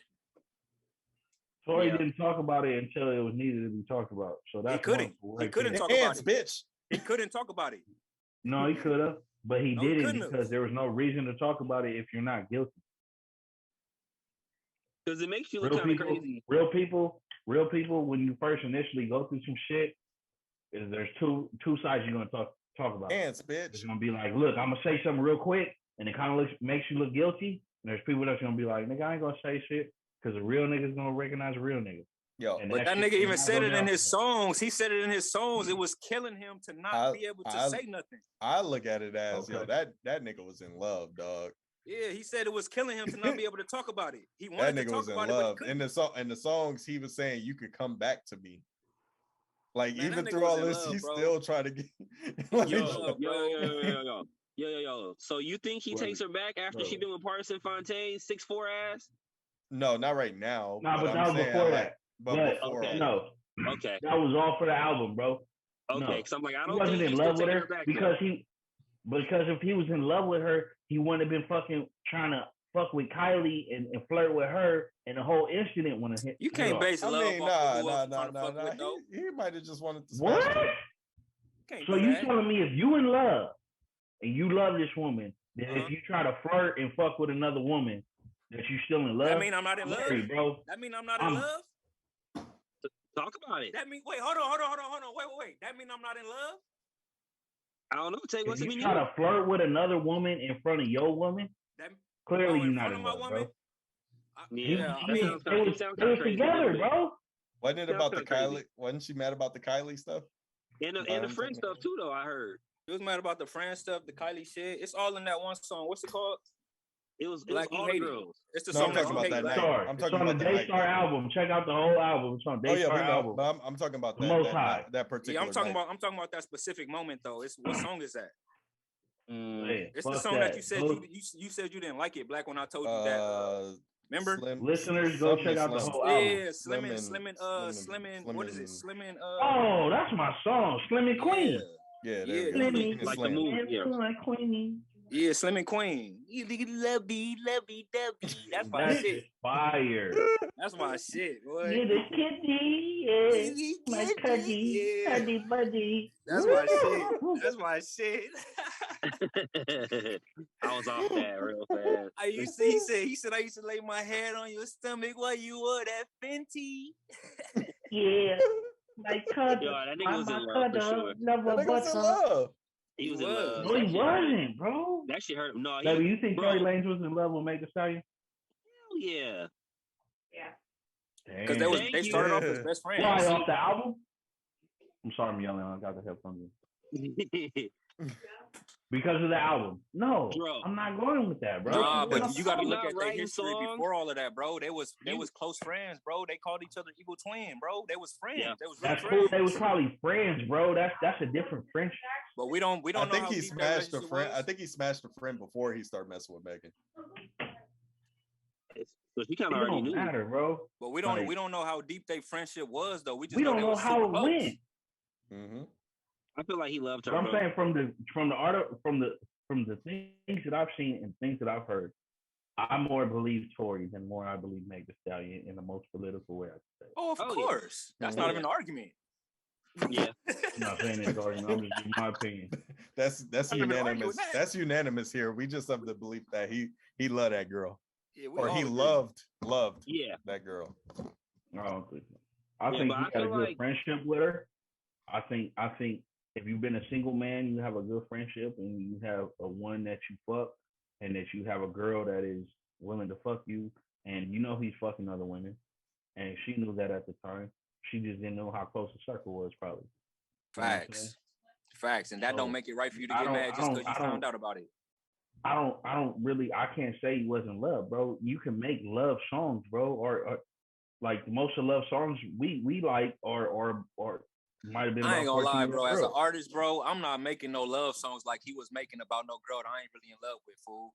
No cap. But okay, if you have that, right, and you have court going against you and shit like that, and sympathy and shit like that, and you're an artist, you're a talented artist, you can write anything you want. Say you could bottle I was drinking and write about whatever. But I feel like it was too much truth to his music, though. That's what I'm saying. I don't think that was just creative writing. I think he was like. But I think it was a friendship more than him being in love. Hey, what about the passion? I don't think he was in love. I think he just really was vibing with her. Yeah, I'll agree with that. But then he feel betrayed by somebody he was really vibing with. Like that's how I feel about it. Exactly. I feel like it was deep. It sounded deep because you made a whole album about this whole situation. There had to be something. Yeah, it was. It was more than the situation. It was his feelings. Yeah, but who was it aimed towards? I think it was more betrayal, though. I think it was more betrayal. But who was it aimed towards? Because do you remember the intro? Because the intro had nothing but niggas disrespecting him. Mm-hmm. So who was the album aimed towards? The album was about people that were going against him. That's what that whole album. He named it after himself. I feel like it's multi-layered. It's multi-layered. I'm not saying.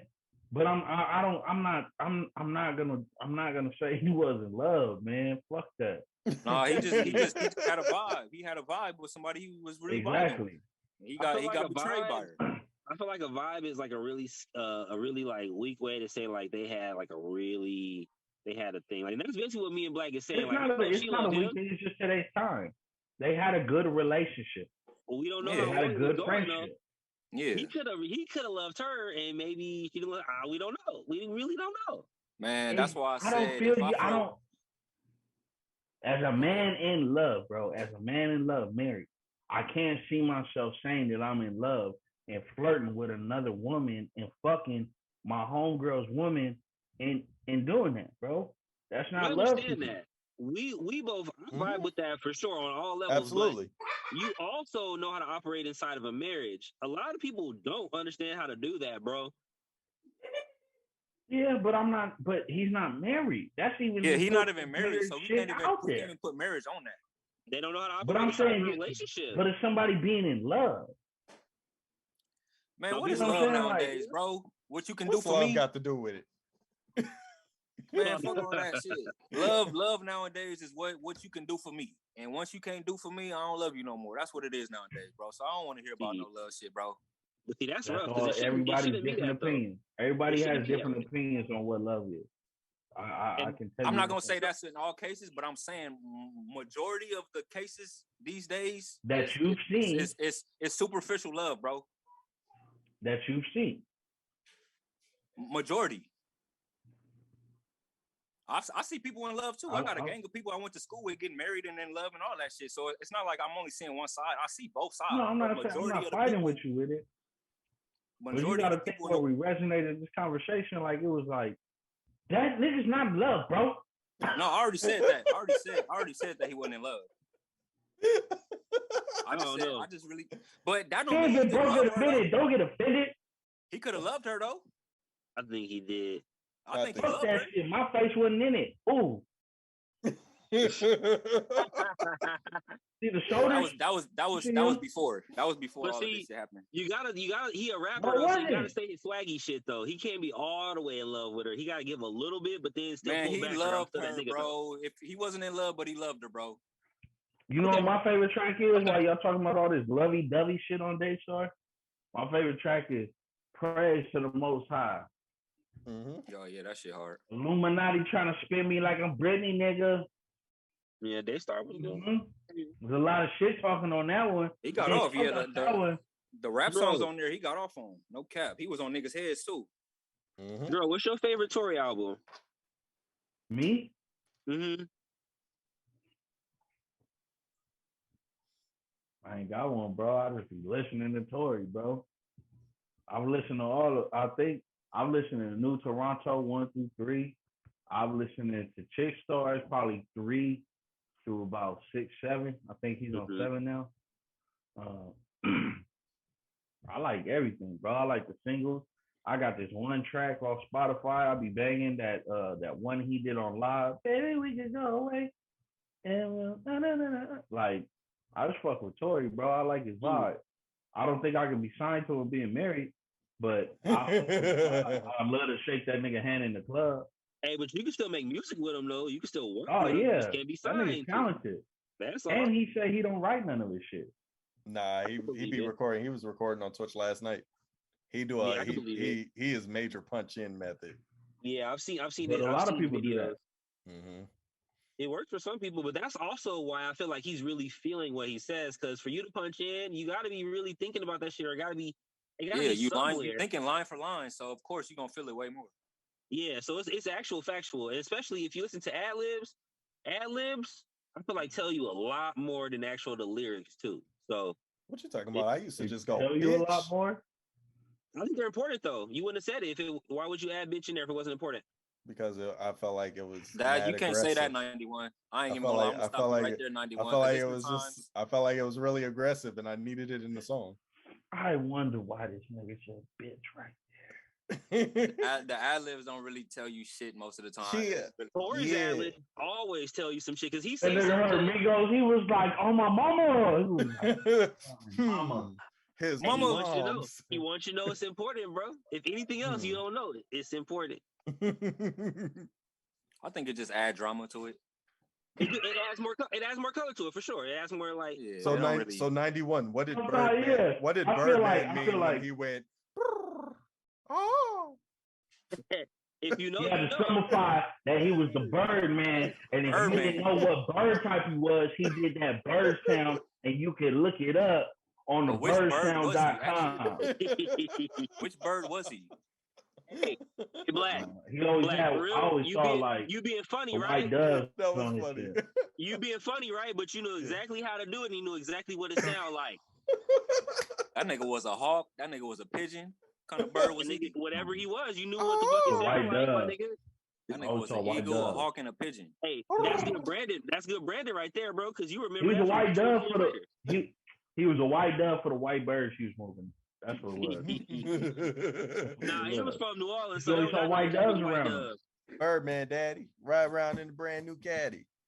I don't know how many white doves Magnolia got down there. I didn't see that many when I was down there. I They know be been to flipping birds. Magnolia, and I don't plan on going. That's how I rich saw he big is, shit. nigga. He bring him down to the motherfucking Magnolia. Nigga, and just like, oh. That nigga brought him down in the cage, Boy. let him all loose. Hey, I do see when he opens his doors, like doves fly out of his car. That would be kind of. Hey, every video that nigga had that shit extravagant. He'd be walking, Bro, it'd be the what slow he- motion scene. All of a sudden, birds coming all over the place. Gator boots with the Birdman. pimped out Gucci suits. With them Gucci suits. Ain't got no job, No job. but I still shine. Ain't pay my rent because all my money spent. But that's Mhm. okay, because I'm going to ride. Got a quarter tank of gas Well, what? in my new E-Class. In my new E-Class class. Benz. See, he said it's important. The ad lib is important, right? No, there, it was bro. important for you because you was like, what's an E-Class? He said, my E-Class Benz. He said, oh, that's a Benz. At that point, Facts. That's for listeners. It's not important to the artist. It's That's for who it's important. y'all. That's who it's important to. Facts. See, Well, see. bro, Oh, that- okay. We get it now. We get it As a now. It goes kid- back. It goes back to our original discussion about you reading too much into the movies. You Facts. want way too much detail. See, you think that, right? But Birdman will be like, damn, that nigga was really listening. I appreciate that. I don't think Birdman is. I don't think is he gonna give a say damn. You heard his that. bird calls, bro. He don't give a damn. if we got to the same magnitude of where we're in the same room and That that was came up Manny in Fresh, conversation, nigga. You think he gonna be That was impressed Manny because you listen Fresh. to his ad libs?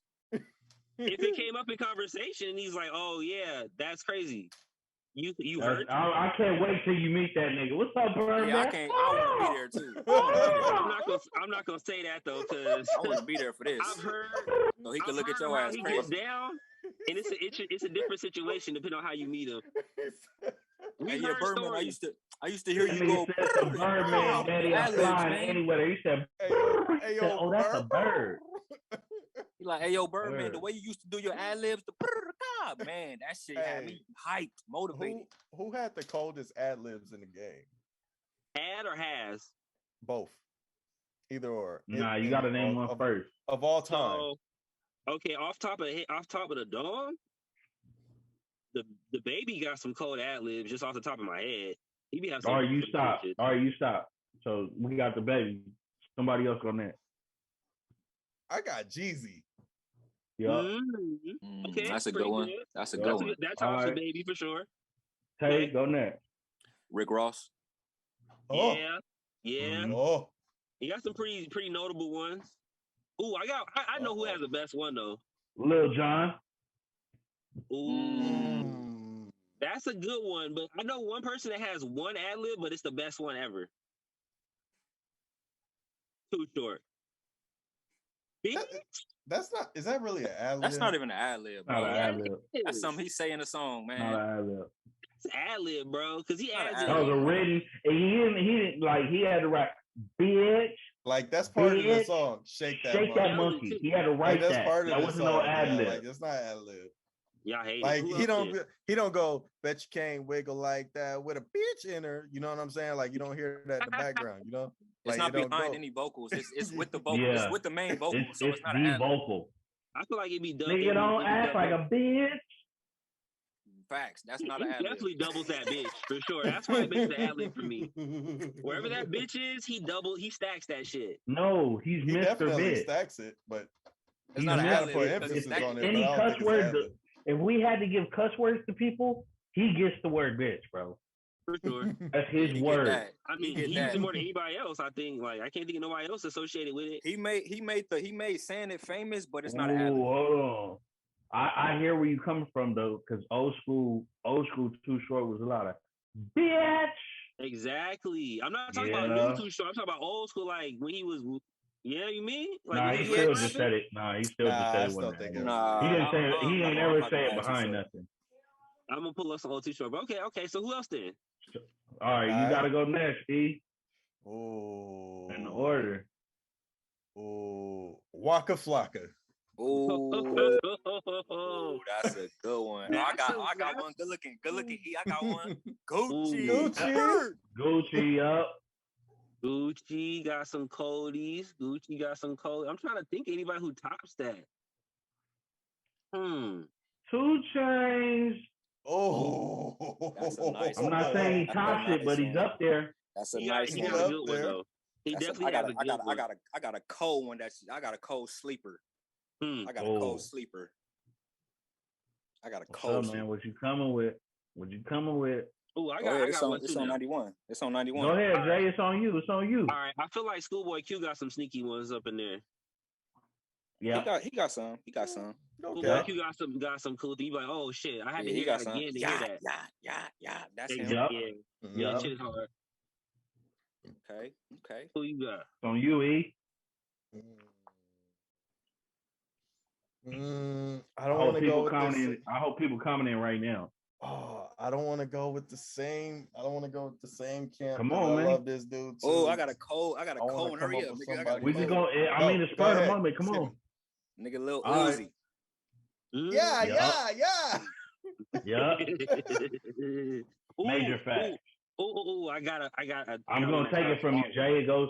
What's up? E? You got yours or no? I don't have one right now. This is hurting me. Bro. Ooh. I was gonna say Future too.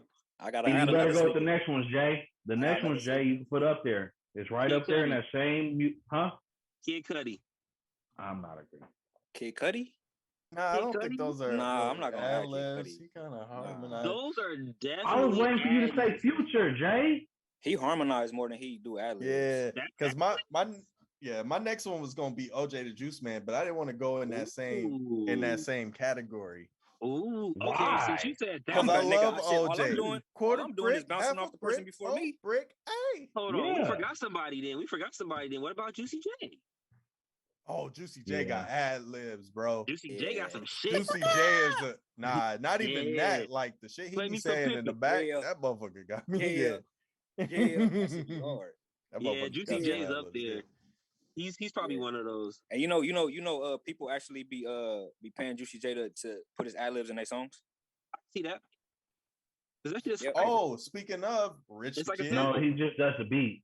Well, no, yeah. Yeah, but he put the ad lib. He add the ad libs on it too. Yeah, because he sells that sound. It's his sound. Rich the Kid for the new school. That's a pretty good one. Okay, that's a pretty good one. Ooh, for the new school, even though he's not here anymore, rest in peace. Oh no, go ahead. I gotta go 21, bro. Oh, 21. 21. Hey, his ad lib. 21 is his ad lib. His shit is cold. God. He's one of my favorites. On God. Like that old guy come in right at the right points, bro. Every time. If she put hickeys on my, oh God. It's always at the right, like you said, it's at the right second too. It's off beat, but it's perfect pocket. I like when he got a cold, when he's saying a cold ass line, bro, and then it got that quick second to breathe, and he just at the 21, and then the beat just flip and start. My wife got one. Be hard, bro. Yeah. My wife got one. Be hard, bro. Oh yeah, tune in, wife. What she said? She said Offset. Ooh. Oh yeah, Offset. I got one. I didn't want to say the Migos because they all do that. I was gonna say the Migos. Somebody should have said the Migos. They are ad libs, like literally every single one of them. They are ad libs. I got one. Kanye West. Kanye West, yeah. Who raps the best out of the Migos? Yeah, I think Who Quavo. raps Right? the best out of Migos? Well, Take actually, Off. I don't know. I like Offset too, though. It's I out don't of know. Offset and Takeoff. It's off I think out of Offset and Takeoff, but I got Takeoff. I got Offset. Yeah, I'm torn. me too. Quavo's the think, most with all due respect, popular, but Quavo is Offset the and catchy. Takeoff No, be killing Quavo it. the he catchy got the one. most. He got the most melodies, and that's Yeah, what's Yeah. going on. he come up with the catchy hooks and shit. Yeah, Yeah, Takeoff and But Offset be I think. murder and shit. But if you break it down from what I've heard, Offset. There I it think is, Offset better than Takeoff though. No cap. He be I gassing. think Offset can do what Takeoff does, but I don't think Takeoff can do what Offset does. Facts. That might be fair. There we go. Facts. That might be fair. Facts. That's tricky. That's why I say Offset better. That's tricky. But Okay. but Offset be people gassing. like fool. Takeoff because his lyrical shit is more blunt in your face Yeah. more than Offset. Mhm. Yeah. That part, yeah. Yeah. Okay. Put a cookie in the lamb. Put it on the ground. Like he just real like he Mhm. real trapping like in your shit. Where Yeah. Offset is like you know what I mean? Uh-huh. Yeah. Okay. I vibe for sure. I'm Big trying to think if I Sean. can- Ooh. Oh boy. Oh God. Big Sean. Ooh. Oh God. Yo, honorable. Since you said Big Sean, honorable mention to Kendrick though for sure, because he was calling that nigga a bitch like Fuck 62 yeah. times on the show. Like that's something. He got to be somewhere in there. You said sit down, bitch, sit down, bitch, sit down, bitch. That one? Right, like shit. Hey, do y'all feel like Big Sean owe him like either a verbal 5 minutes or like a physical 5 minutes? One of those two. For what? His control Call him verse? Like, bitch, do you like mean 60 a fight 64,000 times? or like When? a song? Either a verbal, like a for real, like I was about to say, do y'all know that? Do y'all know back that? and forth? When was he dissing him? When did he call him a bitch? I missed it. Oh, What was it? Damn. I just sent to Hold up, I bitch, know sit I know down. he's dissed him. Be a humble. few times. How Hold come up, Sean never bitch, went sit back at him? down. What, That what was song- a about? dish, bro. Are you That talking was about super- Humble? Yeah, Yeah. humble. Who Yeah, your that one. You motherfucker was stick dissing your Big Sean? hurting on, man. That one. Yeah. Oh, I didn't know that was a Big Sean. How you know diss. he was dissing Big Sean? Oh, yeah. There's articles about it. You want to go, Jay? Nah, you go I be ahead. deep You into can this guess. shit. You can guess. I'm gonna let Okay. you talk. So, from my analogy, bro, and my wife always hates me for this shit because I be finding everything. I'll be looking deeper than everything. I love it. Go ahead. We already had the control shit happen, right? Right. And That's Sean when, already yeah. had his hate against him. So when he said, hold up, bitch, sit down. That's that. Hold up. Who says hold up? Big Mhm. Sean, exactly. Let's do Off of the Marvin Gaye and Champagne to Chardonnay. Marvin Gaye. Hold up. Well, that was Kanye, but it's still a Marvin. It's still Yeah. No, a Big but Sean it starts song. off with Big Sean, does it not? Yeah, it's tricky. He's tricky. He's saying Kanye it. Nah, West I think goes it's Kanye that says it. If I Kanye remember. West goes second. I'm gonna pull it up just so I have it. But keep telling me. Okay. So You got me on that one. in that whole shit, when he's saying, hold up, bitch, sit down, then what's the next thing he said? Be humble. Be humble. Bro, I did a track for you. This track is on your shit. You know how many times people are playing this track for you? I get a certain cut of this. Hold up, bitch, sit down. Be humble. Yeah, it's Kanye saying it. I don't know, bro. I guess though. Bro. I don't see how that really ties into Big. That's not enough for me to say that he was dissing Big Sean. It's not enough for me. Listen to the song. I heard it 1,000 times, nigga. If you listen to it again though, with Yeah, that but you ain't context, heard it thinking that. Yeah, you'll hear it more. I can tell you about a song about Salt and Pepper Push It, and then if I tell you it's a gay song, and then you listen to it, you'd be like, oh yeah, I can see gay. I wouldn't niggas listen to it listening and to hear it like that though. I'll just take your word for it. That's what I'm saying. I just But take once your you word start for it. breaking down what he's saying, you start to hear it. So how come Sean didn't shoot back at him? Sean's taking the high road on Because I pretty feel much they had a everybody. discussion. Sean, from what Sean appears to be, Sean is a very high road person. Yeah. Sean is like me. Sean don't want to be involved in all the bullshit, bro. Yeah, he's taking the high road on pretty much everybody. Only reason he spoke on Kanye was because it just went super. That shit went too far, and that's his boss. Kanye was personal shit. I feel like a little bit more because they was hanging out literally days before that shit, and he started going on and talking about him.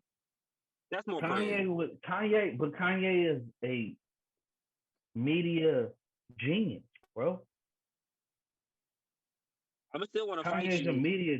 I'm still want to fight you. You were just at my house the other day, hanging out with me, and then you go on a podcast talking shit about me, and you don't warn me first. At least send me a text message. Yo, I'm gonna blow. But Jay, let me tell you this.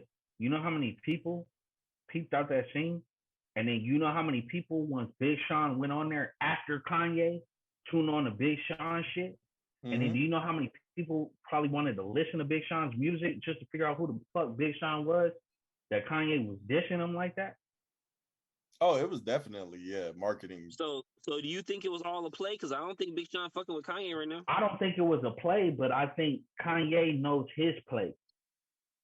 I can't say what Kanye would do, but Kanye. I see what you're saying, but just that nigga Kanye gonna get it done, no matter who in the way, casualty or not. He gonna get it done, basically. Have y'all watched Genius? Not yet. I actually want to watch it this weekend since I have time now. Bro, that nigga knew what he was before it even happened, bro. Yeah, this was the first two episodes are fire. First two episodes are him trying to get his record deal on Rockefeller. Him just making beats and shit. The third episode is a little heartbreaking because that's when he turned into that genius and you start to see the madness. Not the madness, but just the ideas that come to his head that most of us don't think about and don't have to go through. So these niggas are still beefing. I knew this line, but I didn't. Big Sean and Kendrick. Oh, well, talk about that. What do you mean? So I found one line. I think his false confidence got him inspired. I can't make them respect you, baby. It's not my job. But then he follows that up with, you finally famous for who you date, not how you rhyme / cute. There it goes. That's what I needed. It was a different cut. I needed something. Yeah. What song is that? More than what y'all was saying. It was a snippet of something. Probably the Heart 4. I think it was on the Heart 4. I can't. But then, like, you know, he had referenced Candyman and all that stuff. And, you know, Big Sean had his recent cover with all the bees and stuff. So I was like, oh, they still beefing low key. I don't be paying attention to all that shit. So that's why a lot of beefs I'm not gonna get. I'll be looking at niggas' lives like that, bro, knowing they on covers with bees and shit to put it with candy. I don't be paying attention like that, bro. Well, I pay attention to niggas like that, bro. I love hip hop like that. Like I do it, bro. Like I knew when Pusha T was dissing Wayne. I knew when Drake was dissing I love that. Pusha I love T. that. Like when you remember. Have you ever heard the Game song called "That Bitch" or "My Bitch"? I probably heard every Game song ever. Bro, what was he dissing? You don't remember it though, because you remember this one. This is when he dissed Jay-Z, Lil Wayne, and somebody else in it. It's called "My Bitch," bro. But he dissed them multiple times. I think he did Suge Knight. And bro, it's like, but it was all subliminals. Niggas is subliminal because you're gonna say some shit, but you don't want to. Sometimes niggas don't want to necessarily tear down your brand. Drake and 50 Cent will show you what happened if you say a nigga name directly. Facts. That's why I like them niggas. That's why I like them niggas. I like when niggas fuck with them. No cap. I love when niggas fuck with them because they don't fuck with nobody. But if you fuck with them, they will tear your whole shit down easily. I like that shit. That's how I am. I like Drake that. Is definitely like that. But see, I like the straight up disses, but I like a little bit of subliminal too because it's art at the end of the day. So like, the catchy ways, like Charged Up, a perfect example. Charged Up. Even though he may not have written the whole thing, the way it was delivered was amazing. You had to come with the qualifier. It don't matter. It don't. I don't know. Like I don't. Well, Drew, okay, talk about it because you could actually rap. I've seen you freestyle before. I've seen things like that. So since you can actually do that and you write, Tay as well, because you guys both write and rap. Do you feel like that extra little writing squad that he has in a beef is help? or do you feel like that's like a handicap? What do you feel about that? I think that depends solely on the artist, bro. I think that's a personal question, bro. Honestly, because everybody could feel different about that. So how you feel, Joe? Some people could feel hindered by other people trying to put their hands into what they. How do you feel about it? How do you feel about it? For me, I just like. No. Say, how do you feel about it? You definitely jumped in this motherfucker. How do you feel about it? I just wanted to know. I don't actually mind. I'm gonna say what I have to say, but I want to know what they feel. Me personally, and this is just in a beef, right? In a beef, lyrical beef, lyrical shit. Not like a battle. I don't think that you should be having help writing in a beef. I think that's weak as fuck. Like that's corny. Do we know he had help in the beef? I already know. I don't really like Drake's style of dissing anyway. If I'm hold on. I need my question answered. Do we know he got help writing Charged Up or Back to Back? We don't. Let me Google it. Y'all are assuming that. You can Google the credits. He actually did. He actually was admitted. Like even Quinn Miller. I'm not trying to hide anything. I'm just asking. Even Quinn Miller said that he helped the nigga. Quinn Miller came out and said that he helped the nigga. That's a fact. On Back to Back? Drake had writers. That's a fact. That's not a lie. That's a fact. Now, I just recently listened to Back to Back. Does Back to Back not just sound like some shit you'd be me, you, E and J chilling in the studio? And don't it just sound like some shit niggas would just say? That ain't a world tour. That's his girls tour. But that's why I'm saying, like, even that one, I didn't feel like that was that whole song. Like, it literally was 4 bars that was actually the diss. Facts. That's why I said, like, that nigga Drake is a genius when it comes to distance, because that nigga's finna go platinum dissing your stupid ass. He was dissing them through the song, but like it was really only 4 bars. It was really only the 4 bars that hit throughout that whole song. But the song was a hit. You're crazy, bro. He rap a hit song around 4 bars. You want a Grammy off that song? You're telling me 4 bars because it got popular. I'm talking about diss. So 4 bars got the song popular? I'm talking about diss wise. Absolutely. No, I don't know about that. Bro, you're crazy, bro. Everything he said in that shit was crazy. Nah, Black. Yeah, I don't know about that, but yeah, he said some wild shit. That was already after the song was already popping, fool. Yeah, he said some flagrant ass shit, and then people started taking the captions. Yeah, niggas started. Yeah, and then I don't never want to hear about this ever again. Not even when she tell him that we better as friends. That wasn't a hard bar. What are you talking about, bro? That wasn't a hard what they're talking about. Wait, what he say? Yes. I don't want to never hear about this ever again. Not even when she tell him that they better as friends or whatever. Anytime you joke on a relationship, it's a bar. Number one.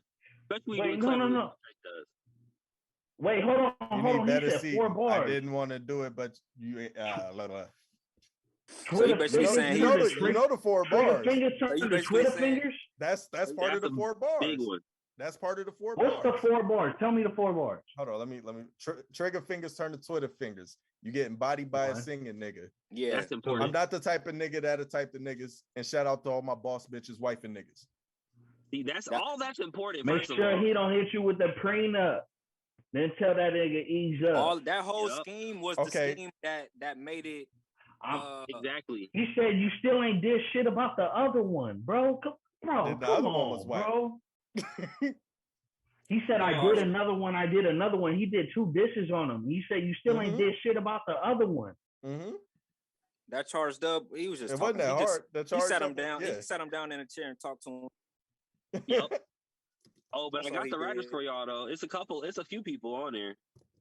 I'm Back to Back, Lethal Weapon like Danny Glover, bro. But it might have been Back to Back like I'm Jordy 697. It might have been 8 depending upon how you count them. Bro, he just said like 15. You're crazy.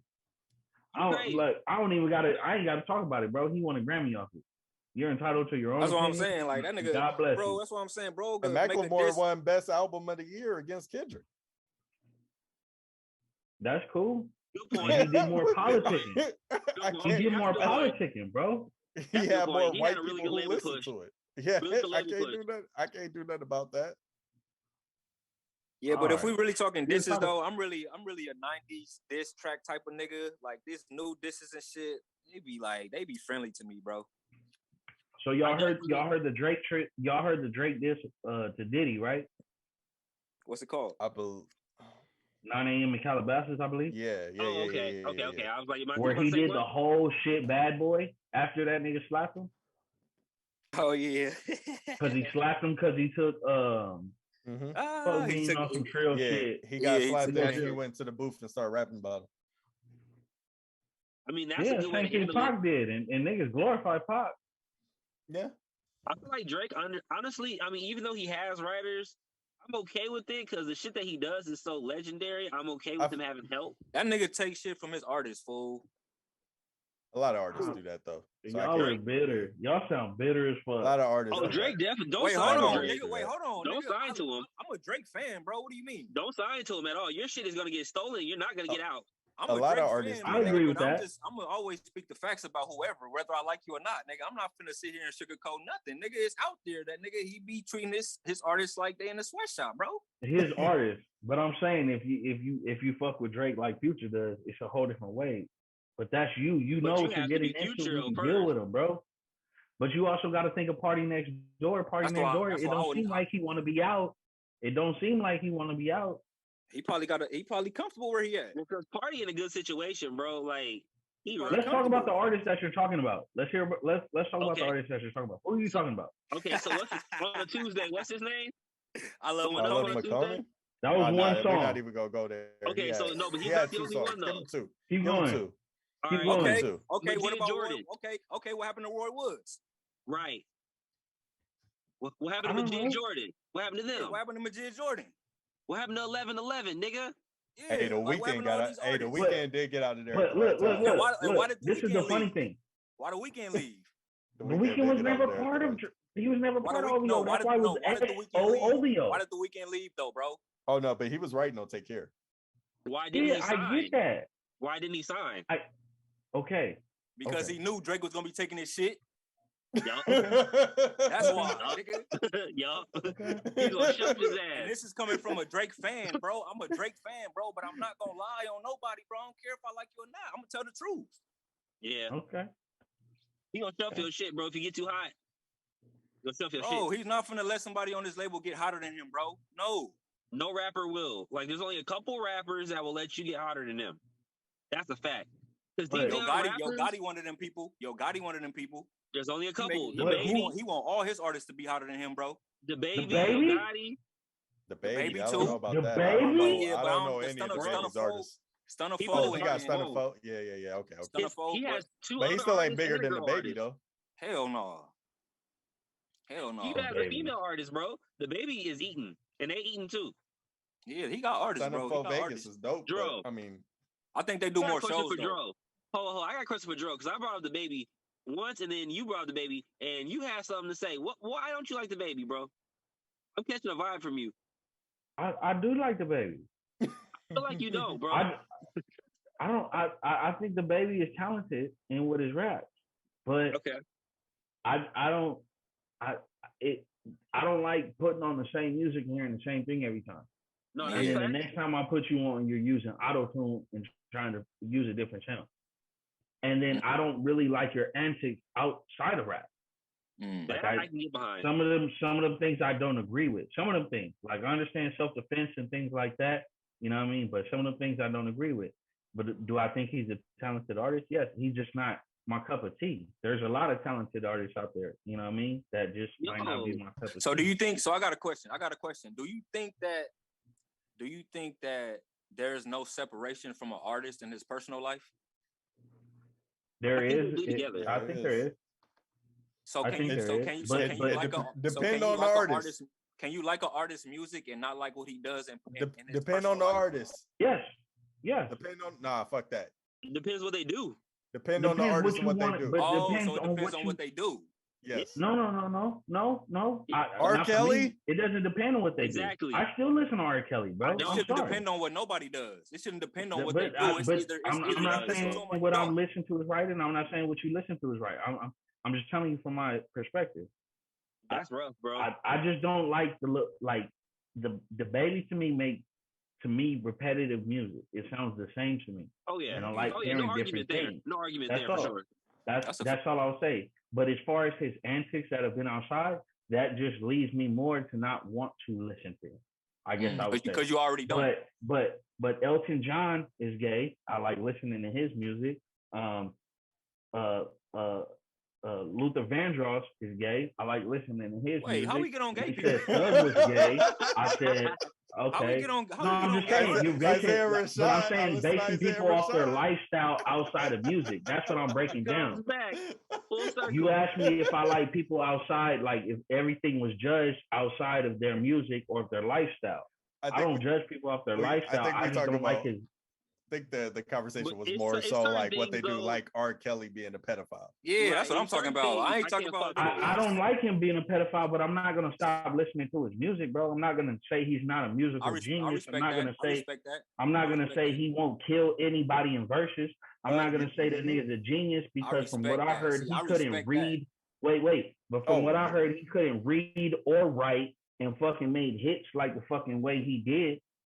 So you can't tell me that man's not a genius. All that is correct. But that nigga was also getting tongue kissed by his mama when he was growing up, from what I heard. So you tell me how somebody's human brain is going to transpire right. Villains are created. But I'm not saying it's right. I'm not saying anything is right, but I'm saying like people go through things to do the things they do. It started somewhere. It starts somewhere. Yeah. Oh, no disagreement there. I just kind of had to separate myself from doing anything. That's my thing. At all. You shouldn't have did anything wrong. You should have felt it, you know what I mean? It was wrong is wrong, it was right is right.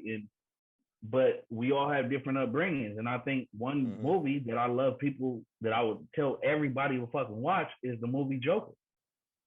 Joker? Great movie. Joker shows you how fucking tormented and beat down and his mama was trying to beat him against and put him against a furnace and had him burning. And the reason why he laughs like that is because she told him not to laugh and not cry. And he ends up killing his mom and doing more shit. And it's just like the human brain and human emotions, bro, you get to a breaking point. And I feel everybody should know that. You should treat everybody with respect and with love and with dignity, because I feel that's what we're here for.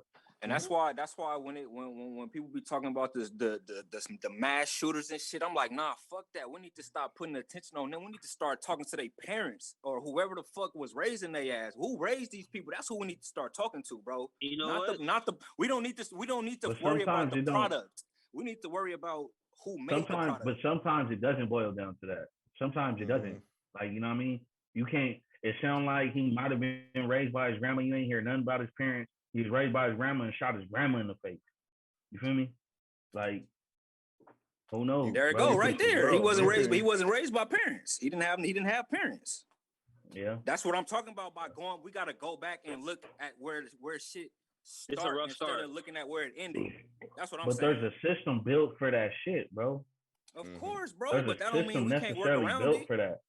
That don't mean we can't work around it and through it though. No, but it's a lot harder than it seems. Like, if you've seen this, there's a clip going viral of Tank when he was on Drink Champ, and he was talking about if he sung the same song as "Stay with Me," and Sam Smith. He sounded just like him while he was singing it too.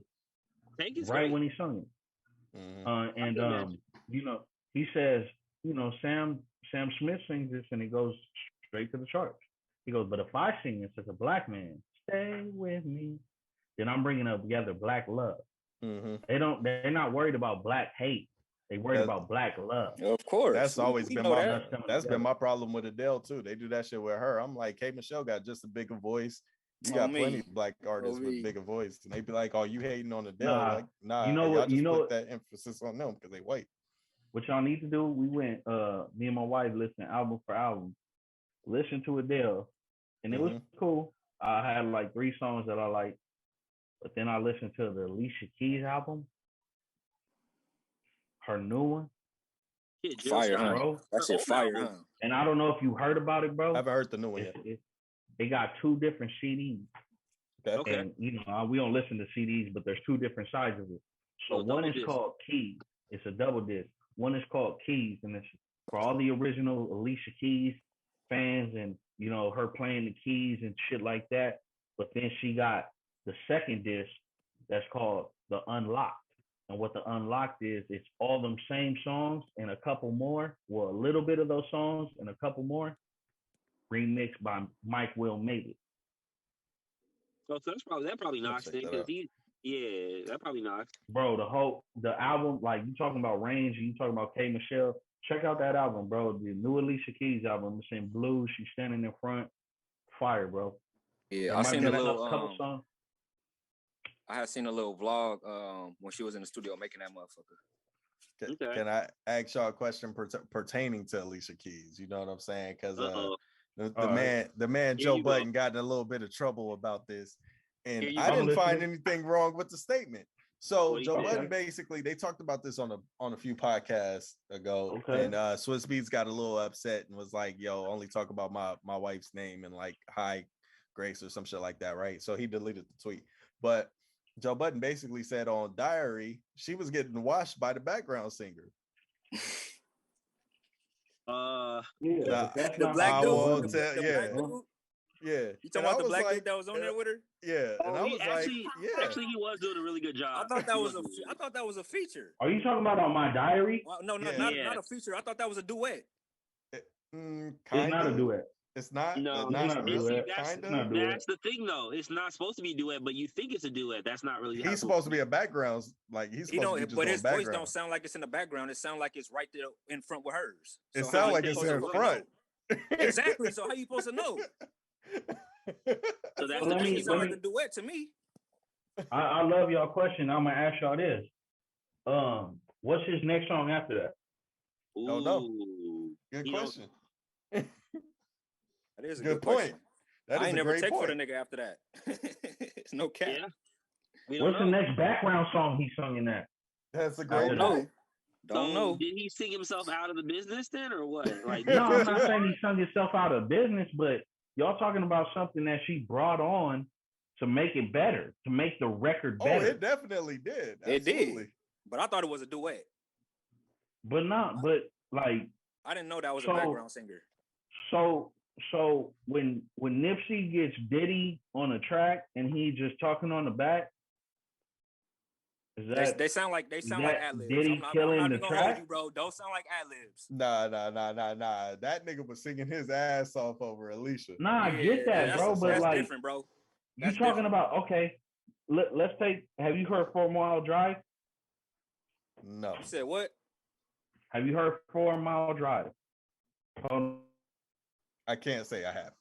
What song did you say? Okay. I might have, but I can't say that right now. It's called 4 Mile Drive. First things first, they have something on Netflix.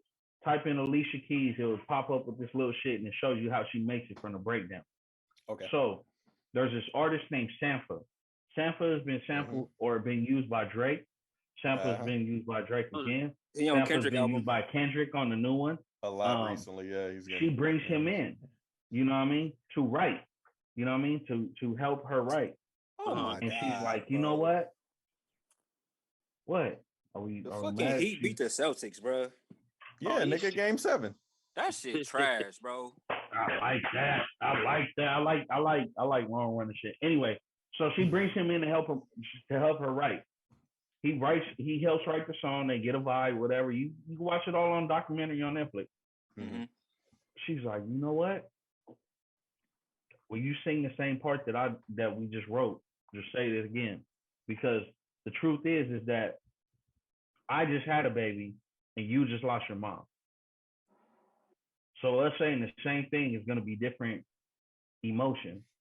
Mm-hmm. When I say it, I'm saying it like I'm going on this 3-hour drive to be happy and reflect on what I got.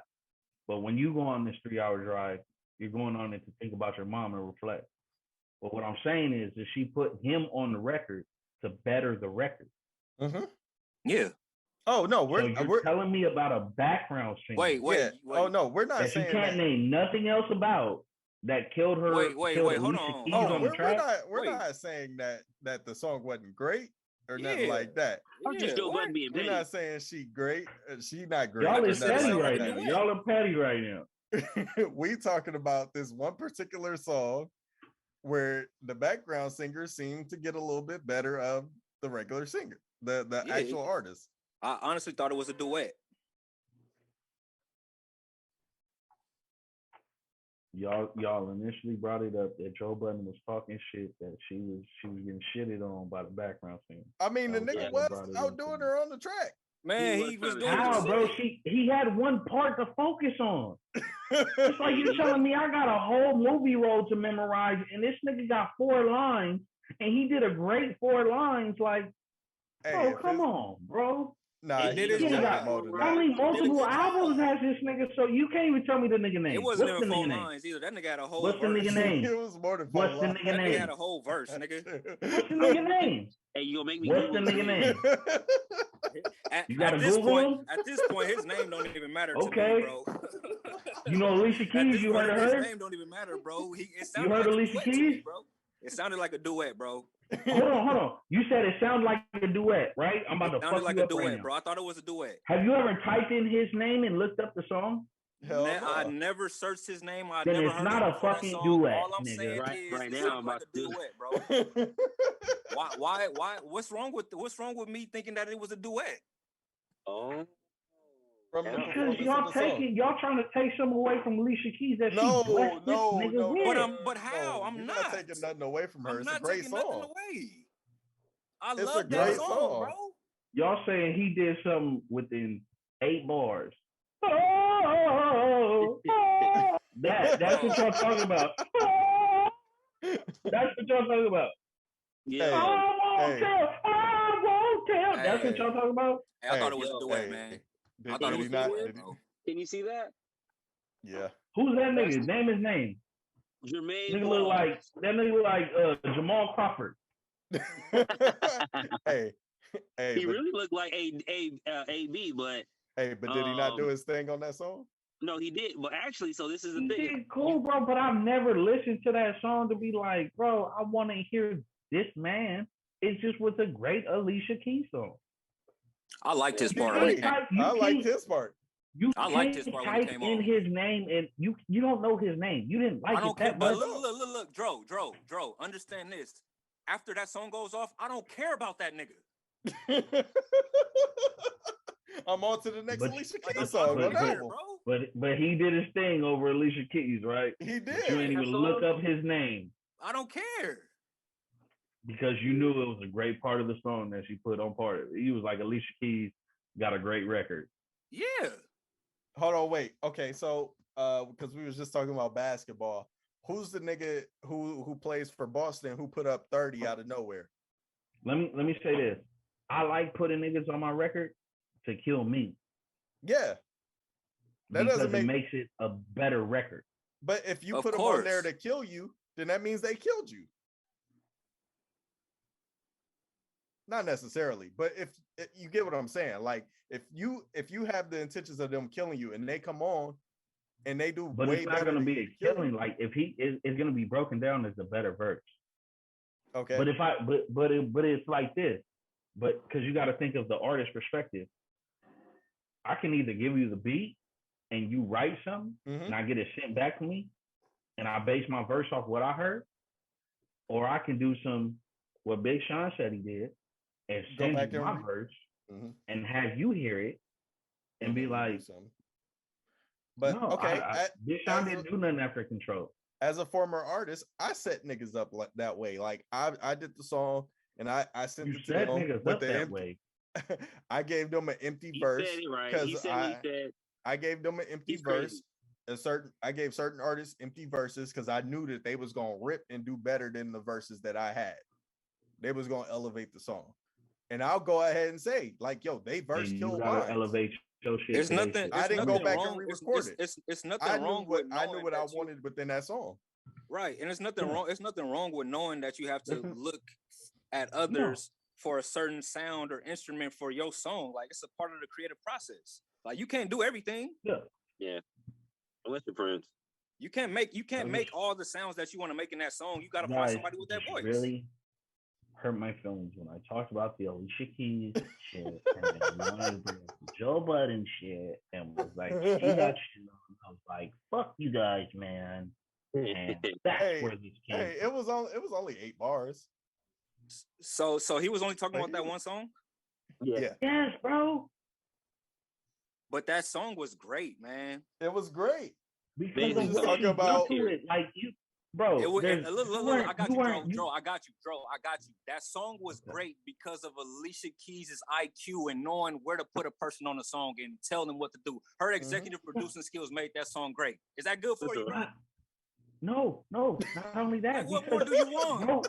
No, I'm gonna say more. Let me get more.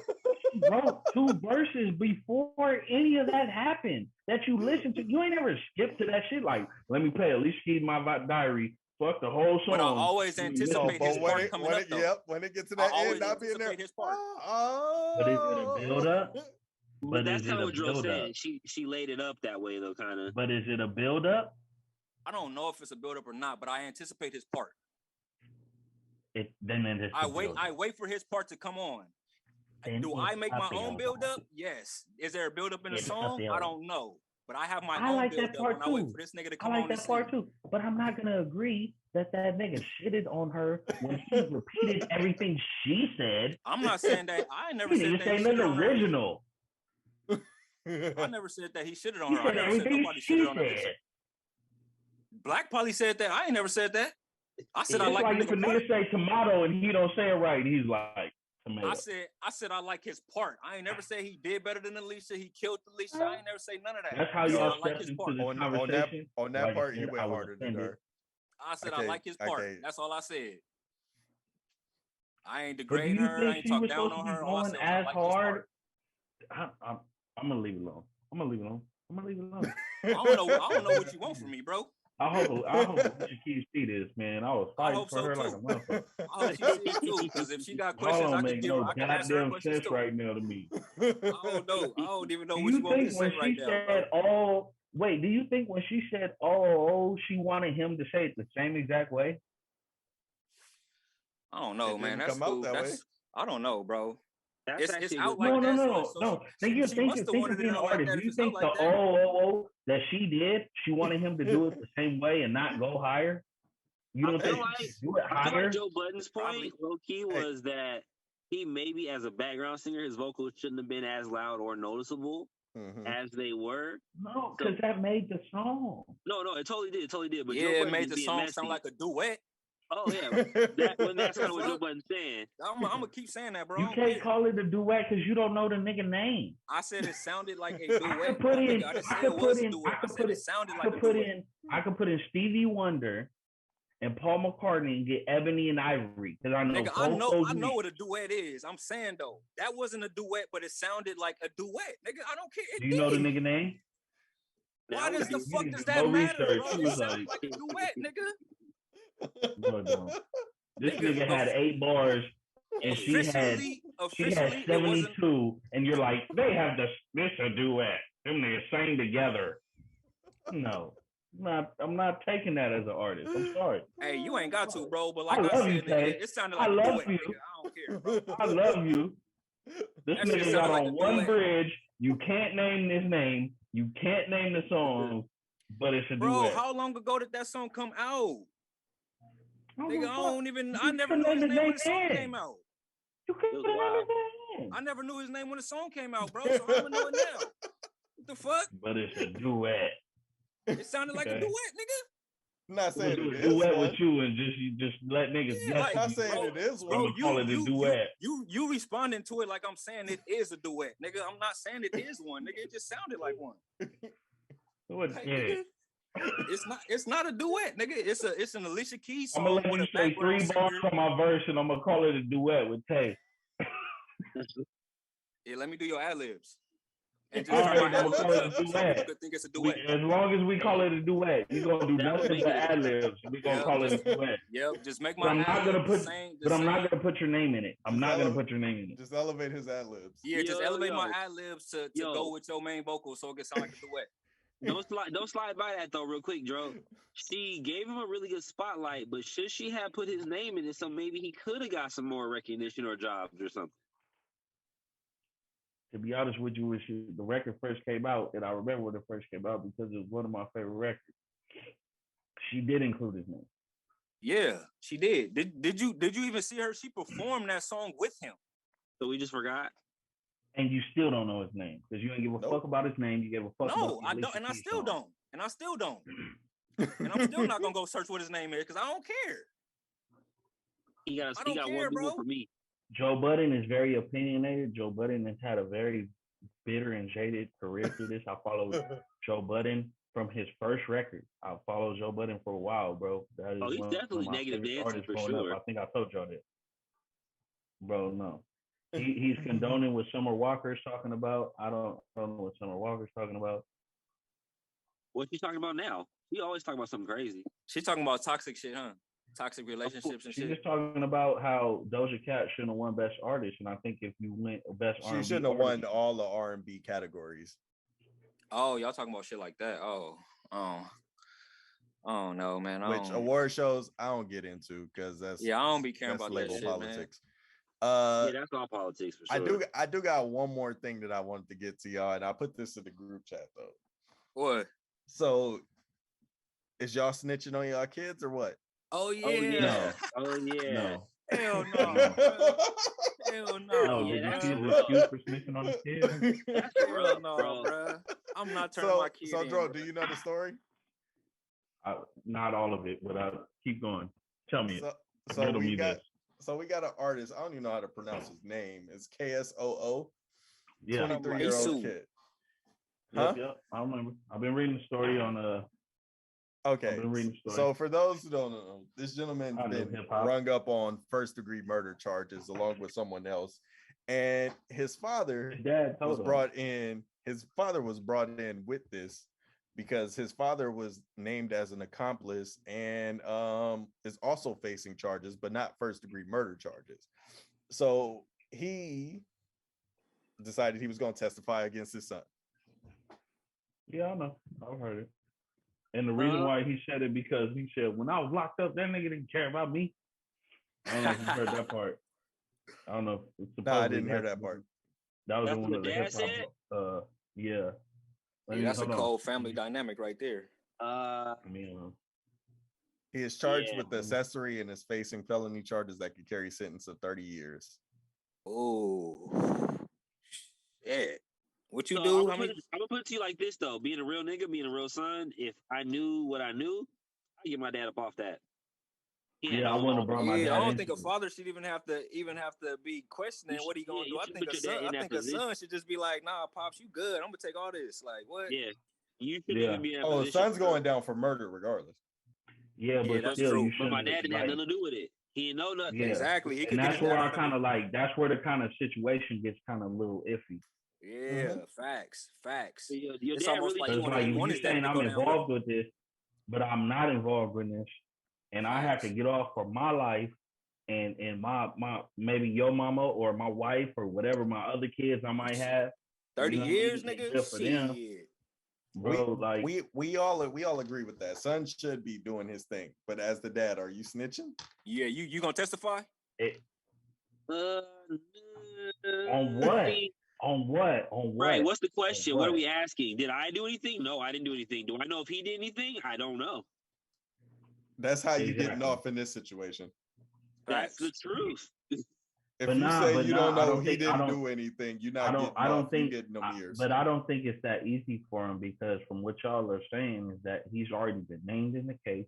Mm-hmm. He's already been identified as a suspect. So if you don't tell us what's going down, you're going down. You're going down for the maximum. Yeah, you're going with him. Or not. And that's why I don't know what went down though. You're fucked. We don't know that. We don't know the relationship between him and his father. You know what I mean? Like, it's a lot. If they didn't have no relationship and the nigga was like, yo, I'm just gonna tell on him. Like, yeah, no, I know. So but I'm not telling them the story. I can't. I guess it's different for me because I don't got a son, so I can't really. So if he's the father that if your daughter went in on some shit, if she hit a lick or something, you know what I mean, and she got mad at some other girl, and she popped the bitch, and she was like, "Hey, hard hand, make a soft ass." We in another country with no. I was about to ask. So if you're to clarify the situation and to give us the scenario, let's say you didn't do anything as the father, but you know your son been doing this, and you know that he murdered somebody, and now they're bringing you in as accessory.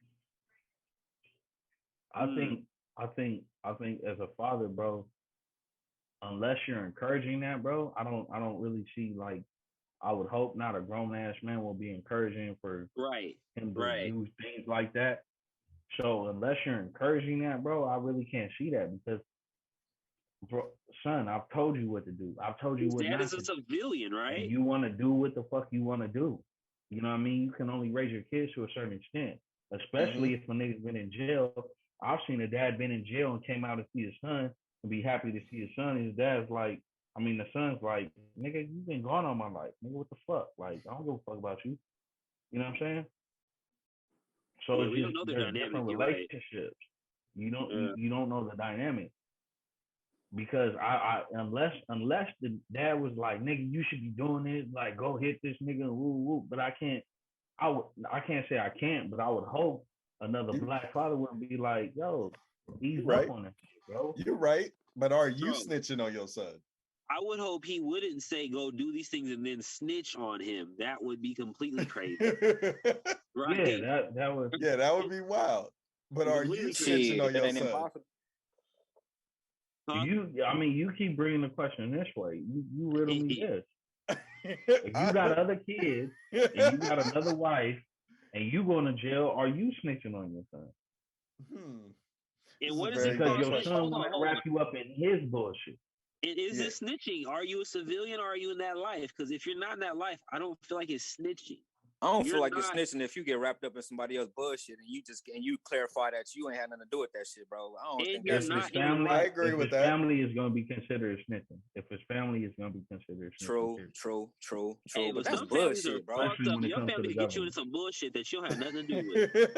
But if you tell the police, bro, it's going to be known as snitching. Yeah, facts. No matter what. He snitched on his own son. He'll snitch on you in a heartteat. I'm not saying it's right. I'm not saying it's wrong. I'm just saying what is going to be known as amongst others. But see, that's so flagrant though, because for real, if you don't live that life, if you're not out there doing that kind of stuff, it shouldn't be labeled snitching to go to the police who are supposed to be here. You on that big help you. You on that big face. But it's your family, bro. They're not gonna take that like that, bro. It's your family. So to them, they're gonna think you should have been able to deal with it. You know what I'm saying? Hey, some people don't deal with their family. Do you like everybody in your family? I'm not going that far. Not everybody. I ain't going to jail for everybody in my family. Yeah, right. But, so I'm not going to jail for a lot of people in my family, I'm not. I'm not going to the. I'm not. Well, yeah, I'm not saying. I'm not going to jail for a lot of you niggas, bro. Stay. I'm saying it straight. And that's not wrong. They're not going to jail for me, bro. So what the fuck? They're gonna bring you involved in it. Hey, my dad was yeah. So niggas telling on their daddy, bro. Like you let me know the situation. Nigga done told on you and know what you got going and know you got fucking strikes and shit. You can go back. Oh no, if he snitched on me, then I'm like, yo, how you gonna snitch on pops like that? You know what I'm saying? Then now I got to figure out how I can get my deal, how I can get my sentence reduced, and we're gonna see how far this goes. Okay, so you said that, ladies and gentlemen, is Eric Nathaniel.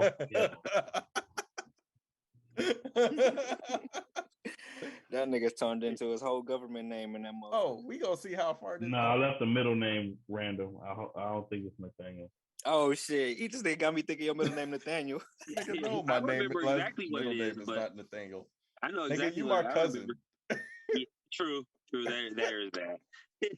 I never knew your middle name though. That's all. I'm just a good actor. Though. Yeah, I just put in on all my socials. Like that's about it. What so is you ain't got no middle name? It's Neil. Oh, Neil. Yeah. Eric Neil. Black dude named Eric Neil Hill. Eric Neil. Jr. All his resumes getting pulled up. Eric Neil. I locked it in a long time ago. Junior. The Neil Hill. I know that's an asshole to say. Neil Hill. They're like, baby, that's Bobby Hill cousin. Eric Neil Hill. You know how many times I heard that? I love the show King of the Hill, baby. I'm about to hire this boy. I know you got that all through your Justin, how many times have you heard that? A million. 1,000,001, bro. Shut the Man, fuck this nigga's name is Eric Neal Hill. And Niggas got coming mad up when and I asking hired you. a black person that didn't have a black name, so he changed his name tag to a black ass name. He didn't realize his boss was racist. Hey, don't that sound like a fucking skit or something? Like an actual TV show? That is, bro. Like you ain't even. They was racist, bro. They whether you know it or not, they was They was like, this nigga want to nigga himself. You can reenact that. I bet you they changed your whole portfolio. You wasn't even Eric Neal Hill no more. You was Daquan Johnson. I was always still Eric. We just played around as Daquan. So hey, that would be a hilarious skit though. I feel like that would be like some Atlanta shit for real. That would be a funny. You had new niggas coming on like, what's up? They was calling you by your name. You wasn't even recognizing you. Was waiting for Eric. I would have on my Daquan name badge, and niggas would walk up to me and be like, "Hey, Daquan, how you doing?" And I'd just be like, "Yeah, you wouldn't even know." Daquan. Yeah. They thought you was hard to hear or just an asshole. Right? They was like, this nigga disrespectful as fuck. They like this nigga attitude match his name. And you was in a warehouse job, you full of convicts and fucking felons and shit. There's nobody there but me. What kind of warehouse job you had? You was in what warehouse? I was in the store. What store? I was in the store. You was in Ralph's doing that? I know exactly which one, too. You wanted to niggify yourself at the Ralph's in Carson? No, not in Carson. No, in Torrance. That was in Torrance. Too, don't lie. Mm-hmm. You wanted to in Torrance. That's even worse than Carson. You wanted to niggify yourself in Torrance? Mm-hmm. You need a therapist. Hey man, we all gotta grow at some point. Facts. we all gotta grow at some point. Nigga can't hide the blackness. Nigga skin black as hell. Shit, fuck you. Call me Daquan. Shit, fuck you. I'm Daquan. Call me Daquan, nigga. Let all this shit match. I bet you white people was looking at your name badge just like this. Look, just like this. Hey, what's your? No, that's actually like, no. They would be like, I will go find Eric Neal Hill. They would be like, how are you? The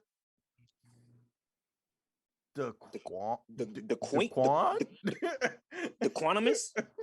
And through all that, you're not paying attention to shit they say because you don't know that's your name. So you're just doing your shit and they over here trying to figure out how to say your I'm just working and they sitting here. You're probably getting the worst surveys ever. Calling this nigga and he was not responding. I was like, Daquan. And then I talked to my boyfriend Eric, and then he turned around. It was weird.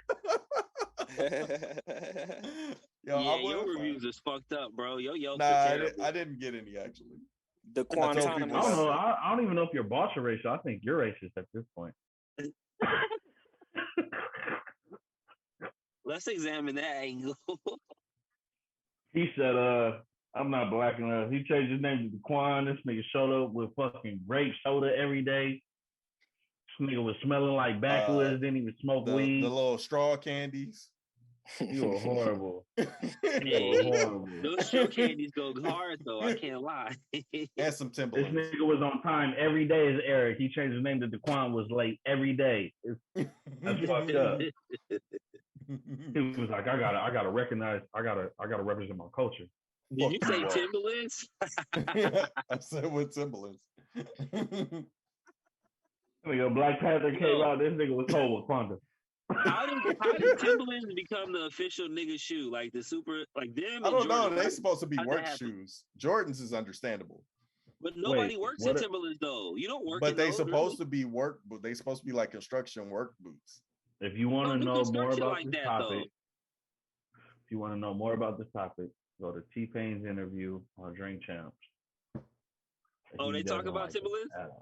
Nigga, man, black people ain't supposed to be wearing them shoes, bro. Mm-hmm. He said, I don't understand how you walk around in shorts and construction boots. They're made for construction. Yeah, they're made for construction. He's like, why are y'all walking around in them like they're fucking cool? He said, construction workers are looking at you guys like, you guys are fucking dumb. Like, that shit was funny as fuck. Yeah, Jordans I get. Tim's are for construction, and we still turn those into something. But the nigga that, you know the history behind the nigga that made them shoes? Nah. Timberland? Yes. Nah, not at all. Look like you reading it. You about to read it to me. Go ahead. No, I'm not about to read shit. I'm about to tell you. Hit it. I want The to know. nigga was a slave master, bro. Oh yeah. Yeah, them shoes is not supposed to be worn by black people, bro. Yeah. But that sounds about like every sounds clothing like brand I've heard of. That Levi's sounds like a darker criminal link right there. that sounds like about every Levi's clothing brand I've ever heard of. You know on the Levi's how they got the jeans splitting. You know what I'm talking about? How they got on the logo, how they got the jeans splitting. Yeah. Okay, so back in the days, what they used to do to slaves, they used to tie both their legs to separate horses and have the horses run in opposite ways. So that's what that represents. It sounds like every clothing brand I can think of. Yeah, and that tree, that tree that's on the Timberland, they used to hang niggas from that tree. That's on the Timberland boot. That was a real tree on a plantation they used to hang niggas from. So all y'all niggas out there wearing Timberland, stop wearing that shit, bro. That's deep. That's deep. Yeah, man. A lot of this shit is in the shit that we put on our bodies. That's what we don't realize. You know what? I could vibe with that because if you think about it, if you're not working in Timberlands, why are you really wearing them? You getting into bullshit. No, you're not. From New York, son. Trying to look cool, from like New York, you, son. like you know you. What I mean? Nigga, what? Nigga, you trying to look cool, like you talking about my butters, nigga. You ain't gotta be getting in trouble to wear no Timbs, nigga. It's just a style. Trouble's gonna find you, bro. Somebody's gonna step on your butters. No, they do not. I got a pair of butters. Timbs, and ain't nobody ever stepped on my Timbs. My butters. Man, I'm not gonna get in trouble for some Timbs. Right. If you were from anywhere else but California, niggas looked at you like you were Eric Neal Hill when you wore your Timberland.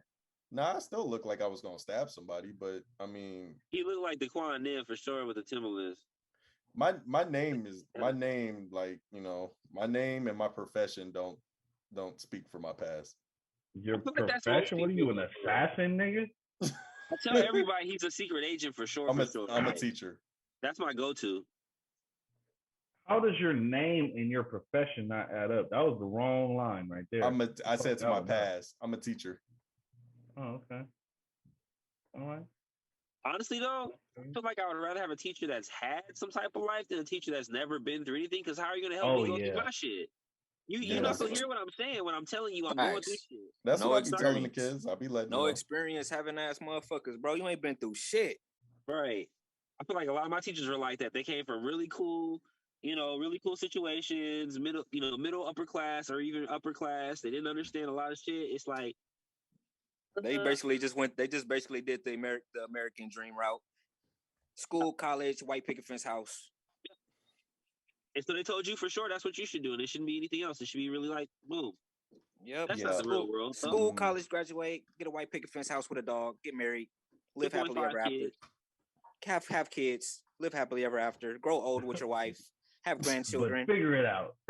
Yeah, but in the midst of all of that shit, you're gonna have to figure all this other shit out. And don't do none of that shit too fast because you're gonna be in trouble. Fuck. School they don't tell you that part. School did not prepare us for life. Not really. School really did not prepare us for life at all. As an adult, really sitting right here, bro, school didn't prepare us for nothing. There's some that we was gonna have to be going through. That don't even make sense. Trying to prepare us for something, we just don't fit into that category. It was trying to prepare us for some shit that they had on their agenda. Right. Exactly. But for what we do, like how we're all creatives and shit like that. So school necessarily, I'll say the lower, because when you get to college and shit, you have a little bit more freedom and you could, whatever. But like primary school and shit, you got a set curriculum. You got secondary school. Primary is elementary. Yeah, you gotta be here from a certain amount of time. You need to learn that because when you become an adult, you gotta be somewhere from a certain amount of time to a certain amount of time. Mm-hmm. It's just it was prior training to what being worker bees.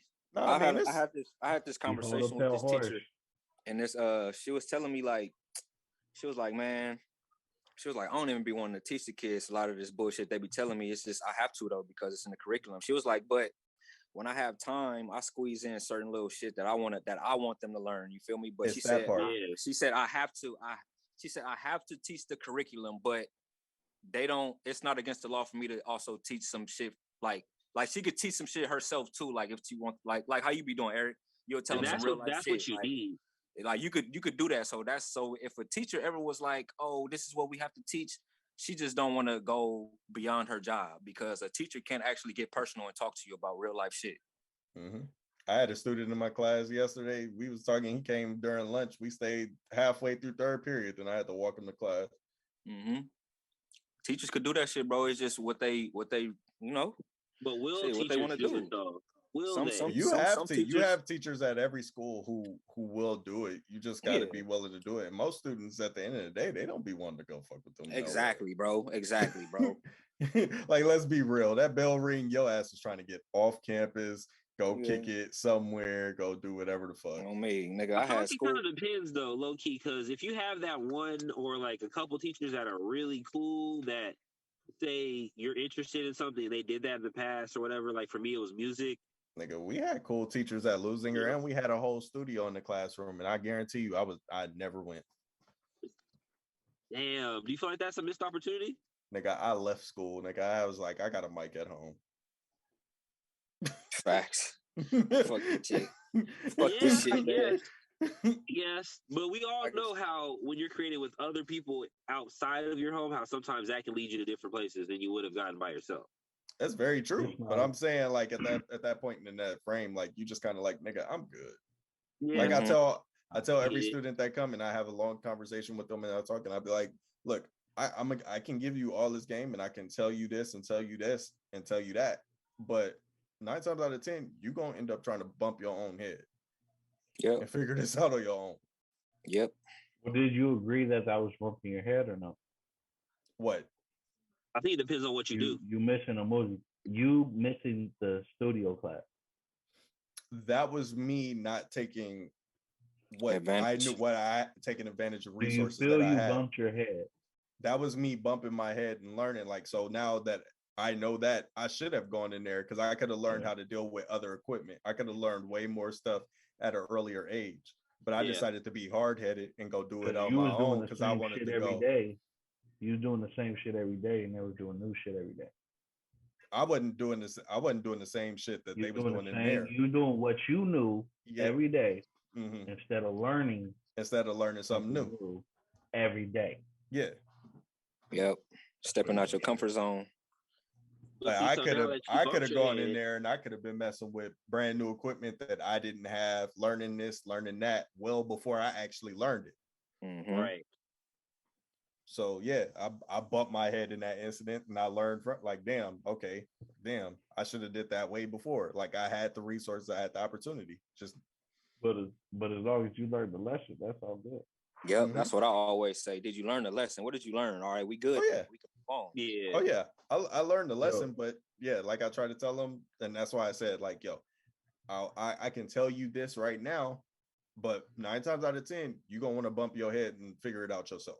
Yeah, it's just like when somebody tell you, if somebody told you, don't walk down there because it's a nigga in a bear suit trying to kidnap motherfuckers. Nigga, you bullshit. Nigga, let me go see. You get your ass snatched up. I wouldn't even say that. I'm not that nigga. If you say something serious enough, I might not go down that way. That's just an example. That's just an example. I didn't want to make it too serious. I know what you mean, though.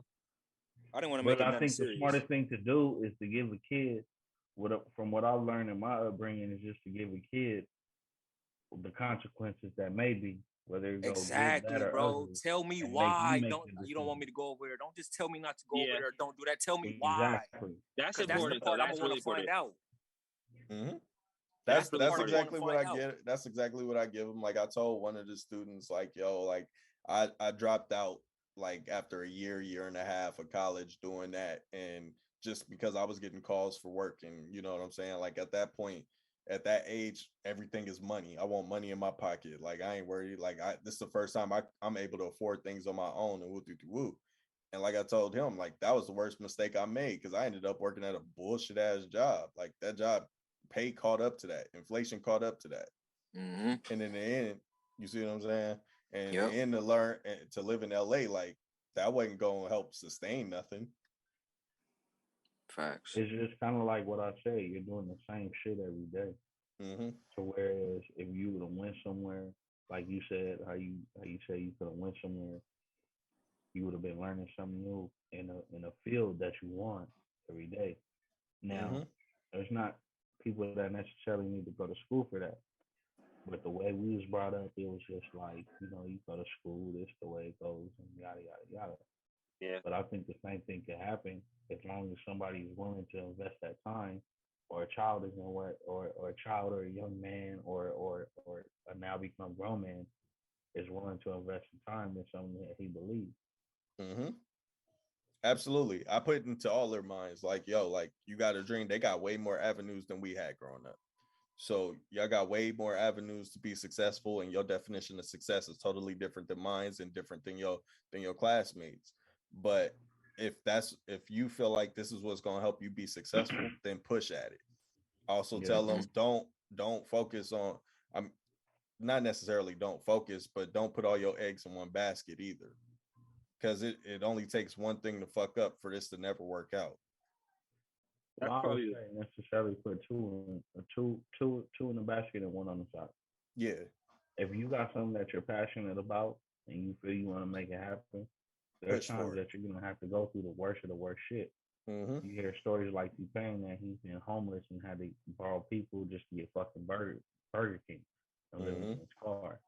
Most artists you hear go through that and they have a line of success.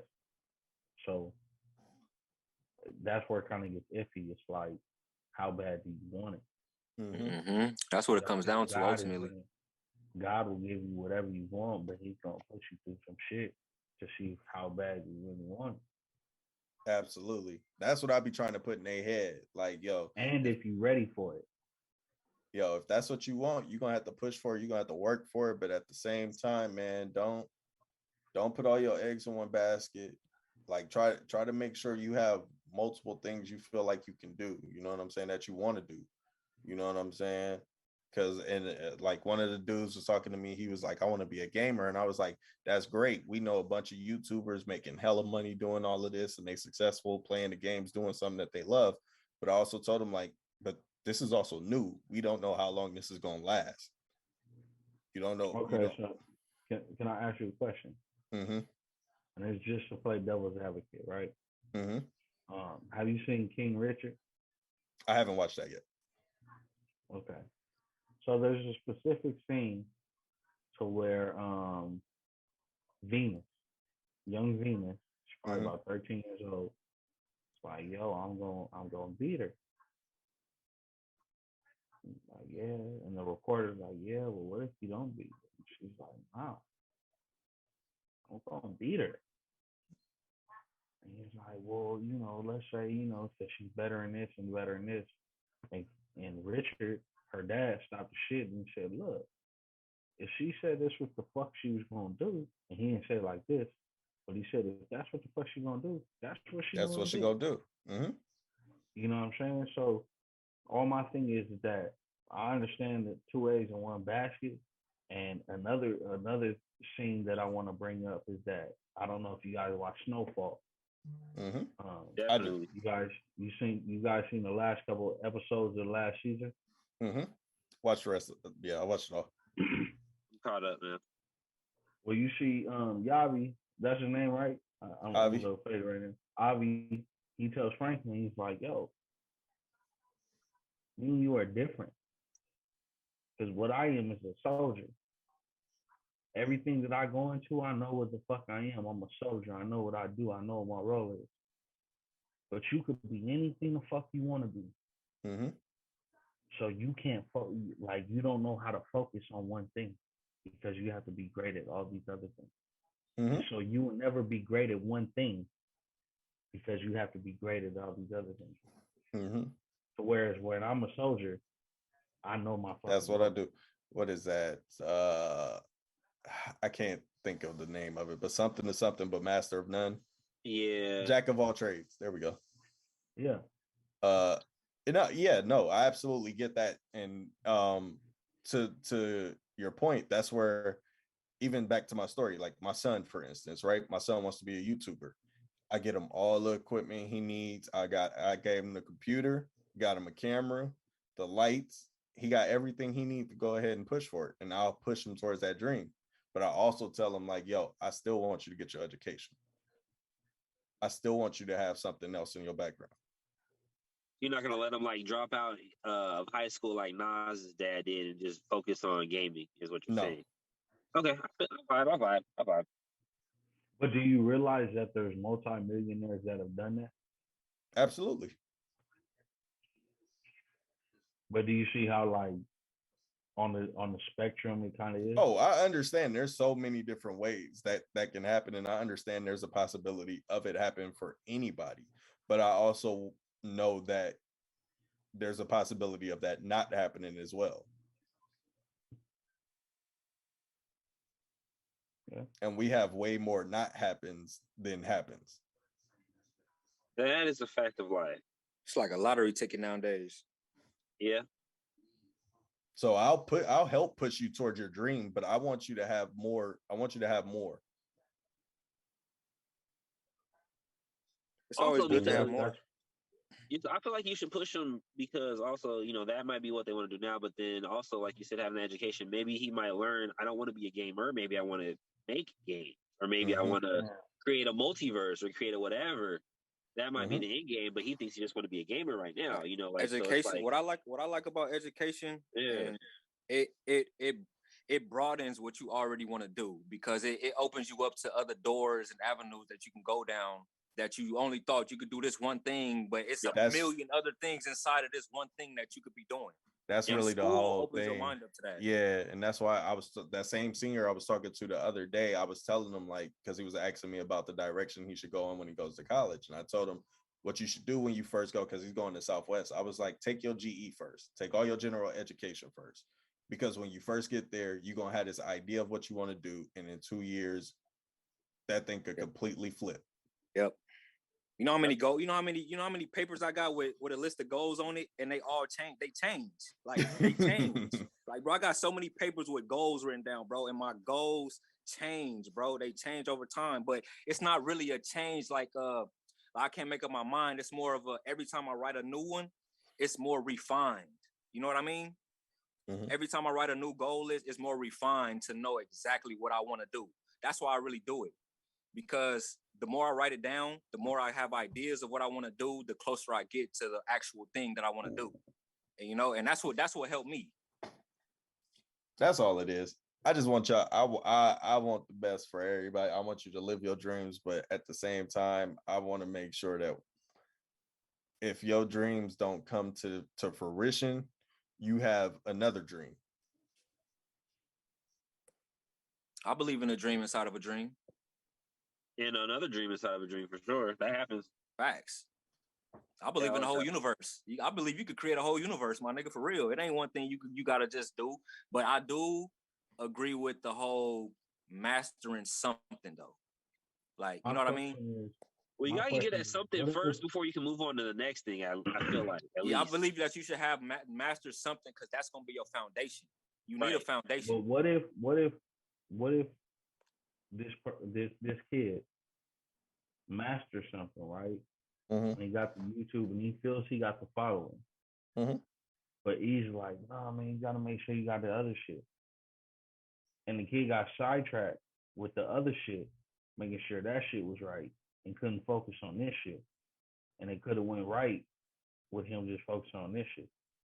That's all I'm saying is look at the other side of the bubble. I think that also depends on the person too, because some people are not able to multitask with a lot of things in their life. They have to focus on one thing.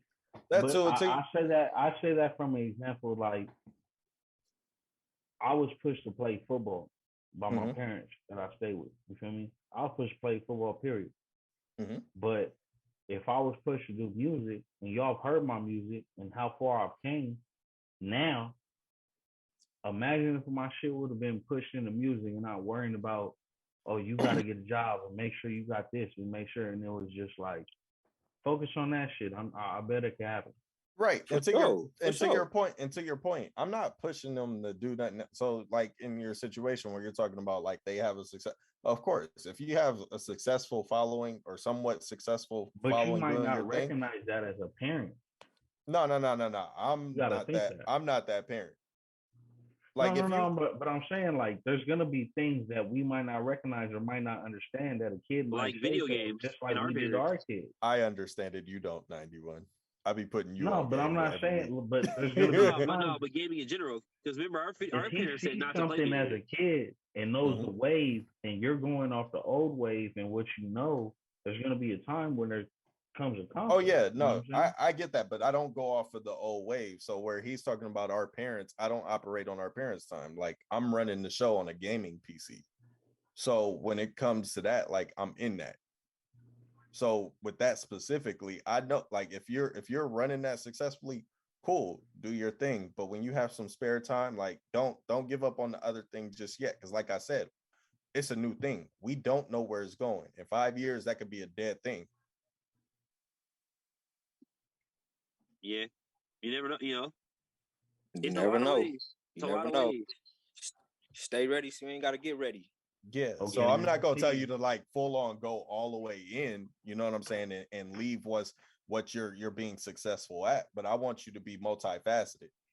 You know what I'm saying? I want you to be good with this, but I want you to have something else that you're good with too. Skills. Being able to use I don't multiple even think voices it'd is be skill. important. I think every person just needs a good work ethic. Mm-hmm. So whatever you want to do, just have a good work ethic.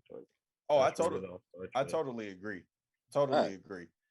I just know so many time into it. I just know so many kids. I got a kid. He's like, yo, I'm going to the NFL, going to the NFL. And I had to tell him, I said, all it takes is one person to fall on your leg in college and it's a wrap. Or one coach not to like you. You got to find a different route. And you got to go JC and then take this long ass route and figure something else out. I said, well, what else about sports do you like? He said, I like sports medicine, sports journalism. Okay, so while you're doing that path, why don't you have to go to school? Why don't you go into one of those routes? Facts. Figure out. All right. So, but within the same thing that what you're saying, do you feel that's a good field people should go in? Because I know people with a lot of those degrees and just sitting on it. I think it just depends on what you want to go to. It depends on what you love. It depends on what you personally like and how you personally feel. I got my math degree because I love math. Yeah, I feel like you can't just, they kind of dropped the ball and told us to get a degree, not specifying on so getting I'm a not degree. saying want to be a veterinarian, but you go get your sports journalism degree. You know what I'm saying? Like I say sports journalism because you love to be around sports. What if you get sports journalism and become wanting to become a veterinarian? It just things that happen like that. That's why I tell kids sometimes you get wrapped into your career that you was building for, and you don't even like the career. That's why I tell kids do they general education first, because you get to experience different fields and stuff like that, and then you can see what you really want to go into. Man, it took me until I was 29 to figure out what I want to do in life, bruh. That's why I tell every kid, going to this school, going to that school, dropping out because I realized that ain't what I want to do. Going to that school, dropping out, blah blah blah. Like, until I finally came to my conclusion. Like, this is what I want to do. Okay. Every kid, I tell them, hey, when you go to college, start off with your general education. They gonna make you pick a major, pick one. Don't make it be your thing that you go in. Do all your general education because you're gonna have to do your general education. Because then you'll be able to see different fields, be able to see different sciences, different histories. Like you can pick from those, you know what I'm saying? And then from there, once you got experience going through all of those and you kind of feel like you know what you like, then you can go into something specific. Because you only gonna like what you know from your own knowledge. You don't know what else is out there until you get exposed to it, and then you might change your mind on something. You might be like, oh shit, that's what I really want to do. Right. So that's what I advise when I do that. And yeah, just to and just to avoid all the financial aid and applications at colleges, man, just listen to my man E, man, for real. Don't be like me and have all these different colleges on your fucking resume. I be trying to give niggas a shortcut because I did all my general education first, and then so by the time I transferred to a university, I already knew what I was going in, and all I had was my major work. Facts. That's what I would suggest, because it's really a waste of time just thinking you want to do something and then jumping quick into that shit and then realizing like a couple months in that I don't really want to do this. Like, so it's like, yeah, just take your time. I would suggest get all the general education classes out the way, because by the time you finish those, you're gonna definitely know what you want to do. So what would you say to the people that don't want to go to college? Find something that you like to do, or you love to do. Find something that you love to do, and then push you for love that. to do. There's hella trades out here. You don't need to go to college. You don't need a college education. I stress that to my kids every day. Like your definition of success is your definition of success. It's not the same as mine. It's not the same as somebody else's. And education can come from a lot of different places, not just school. If this is what you want to do, and I tell them like whatever you want to do. I'm like, you guys got the ultimate resource that we didn't have. YouTube, you can figure out how to do anything. Exactly, niggas could self-teach nowadays, bro. So I tell them like, yo, just because they tell you need a college degree, I would prefer you guys go. I tell them I would prefer you guys go and get an education and expand your mind, get that experience. You know what I'm saying? And in the event you want to go here to go work for this person or here to work this person, you got a leg up on somebody. You know what I'm saying? You can do that. But I also tell them it's not mandatory. It's not a necessity. Would I prefer you have it? Yes. Yep. It's a lot of millionaires out there with no fucking high school diplomas, man. It's a lot of business people out here that's financially stable with no high school diploma. And I just tell them, because I just kept it real with them. And I say, yo, most people at 2-year colleges, a lot of y'all going to 2-year colleges, and most people at 2-year colleges drop out within a year and a half. And never do anything. It's just the reality. So, you know, I want y'all to be able to do something with yourselves. Don't have a small mind. For real. I wouldn't say wouldn't do anything, but that's a good dropout rate. But I wouldn't say that it'll do anything.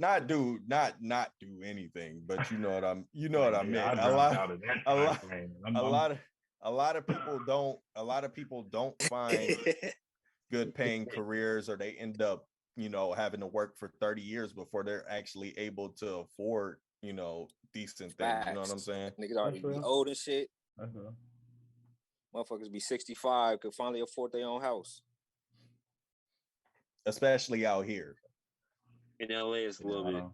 So that y'all have really, fun. So that really be my whole thing. And I be telling them like, yo, I was busting my ass working 91 would come in my job. I'd be busting my ass working 6 days, 48 hours.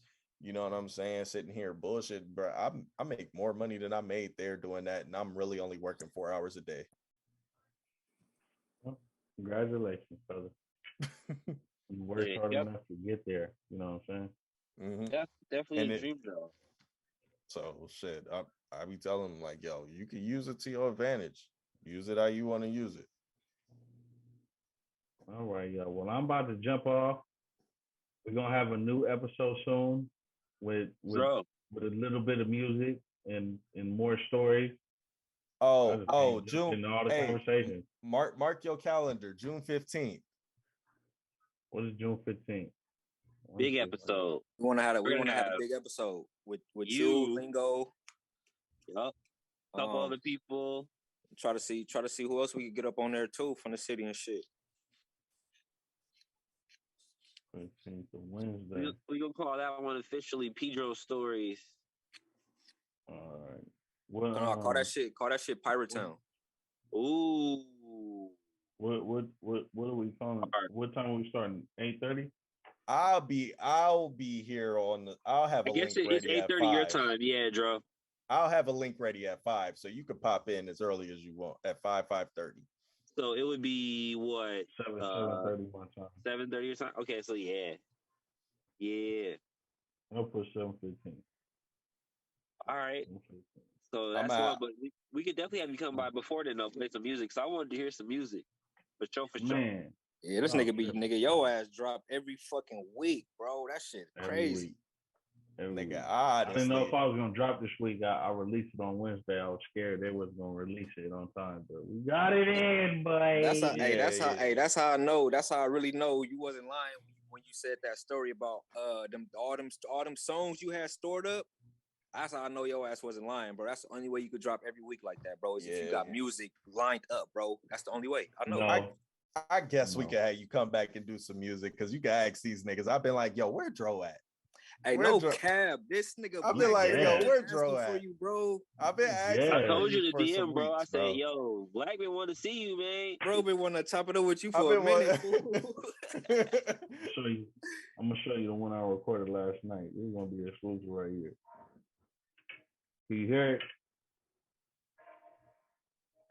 It's too faint.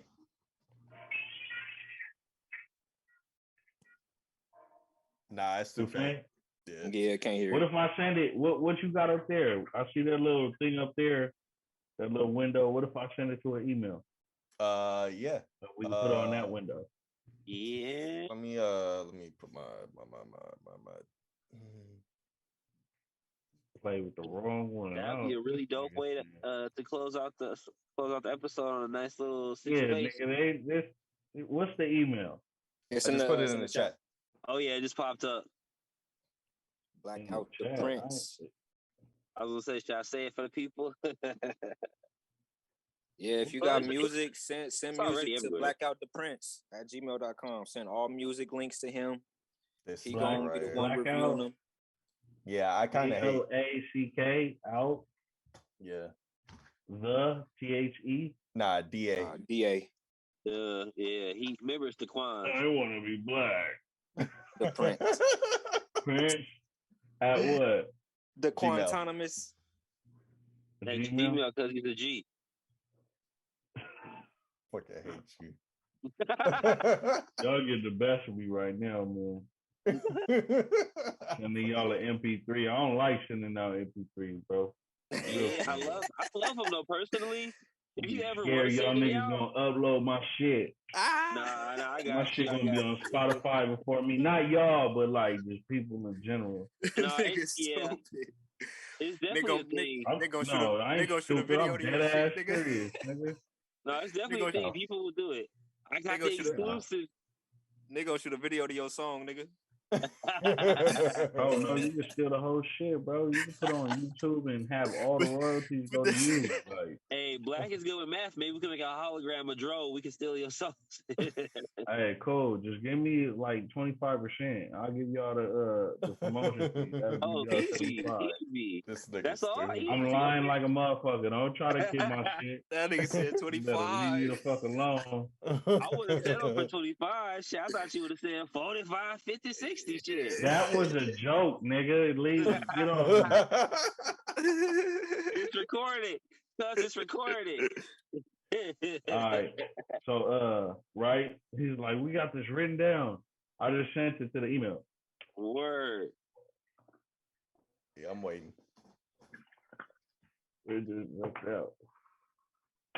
That would be really dope. What you smoking on, Dro? Here we go. Shit, weed from I Cali. know. Oh yeah. Oh, there we go. Cali I'm gonna mute myself. Tell out my nigga Fred on the track. I keep the talk to a minimal. You probably snitching in interviews, think it's a game. We will scrimmage you. You be pretending the things that we living through. Prayers for imaginary players. We won't smoke, we gon' put it in the air. He was riding in the trunk like a spare. I dare you Sriracha because these egg rolls are dumping up in his dumpling, mumbling, talking some man. Don't take that back. We ain't cool, even if you a fan. My goon sliced his wrist when I told him give me a hand. I'm like a groupie who throws a coochie where I'm chasing these bands. So high like I'm up in these stands. I make the calls and demands. Yeah, she want my wee. I should fly out to France. Ice tight like I'm from Japan. Ring lit up like Tokyo. Your diamonds are tapped, so we calling it Morse code. Chilling in the hood, but I could never be a Cobra. My homie got that purple coming in from Minnesota. Check after check, there is no need to check the account. Buy whatever I like, no matter the price. I swipe the spicy amount. I'm after cream, you after the clout. We'll make it sing right in your mouth. Machete ready on the side of the couch. Head confetti if I make it go blow, blow, blow. Before I'm out of time, I put a dime on time out. Keep it P, I'll kick her out, she ever try to pout. Smoking on some Cali while I'm living in the South. Feeling like Seattle in the middle of a drought. Yeah, we make it rain like we don't know how to save. I just got paid just for walking off a plane. LA is me, but I will never be a lame. I'm about to blow, saying no to coke. Chillin' in the hood, but I could never be a cobra. My homie got that purple coming in from Minnesota.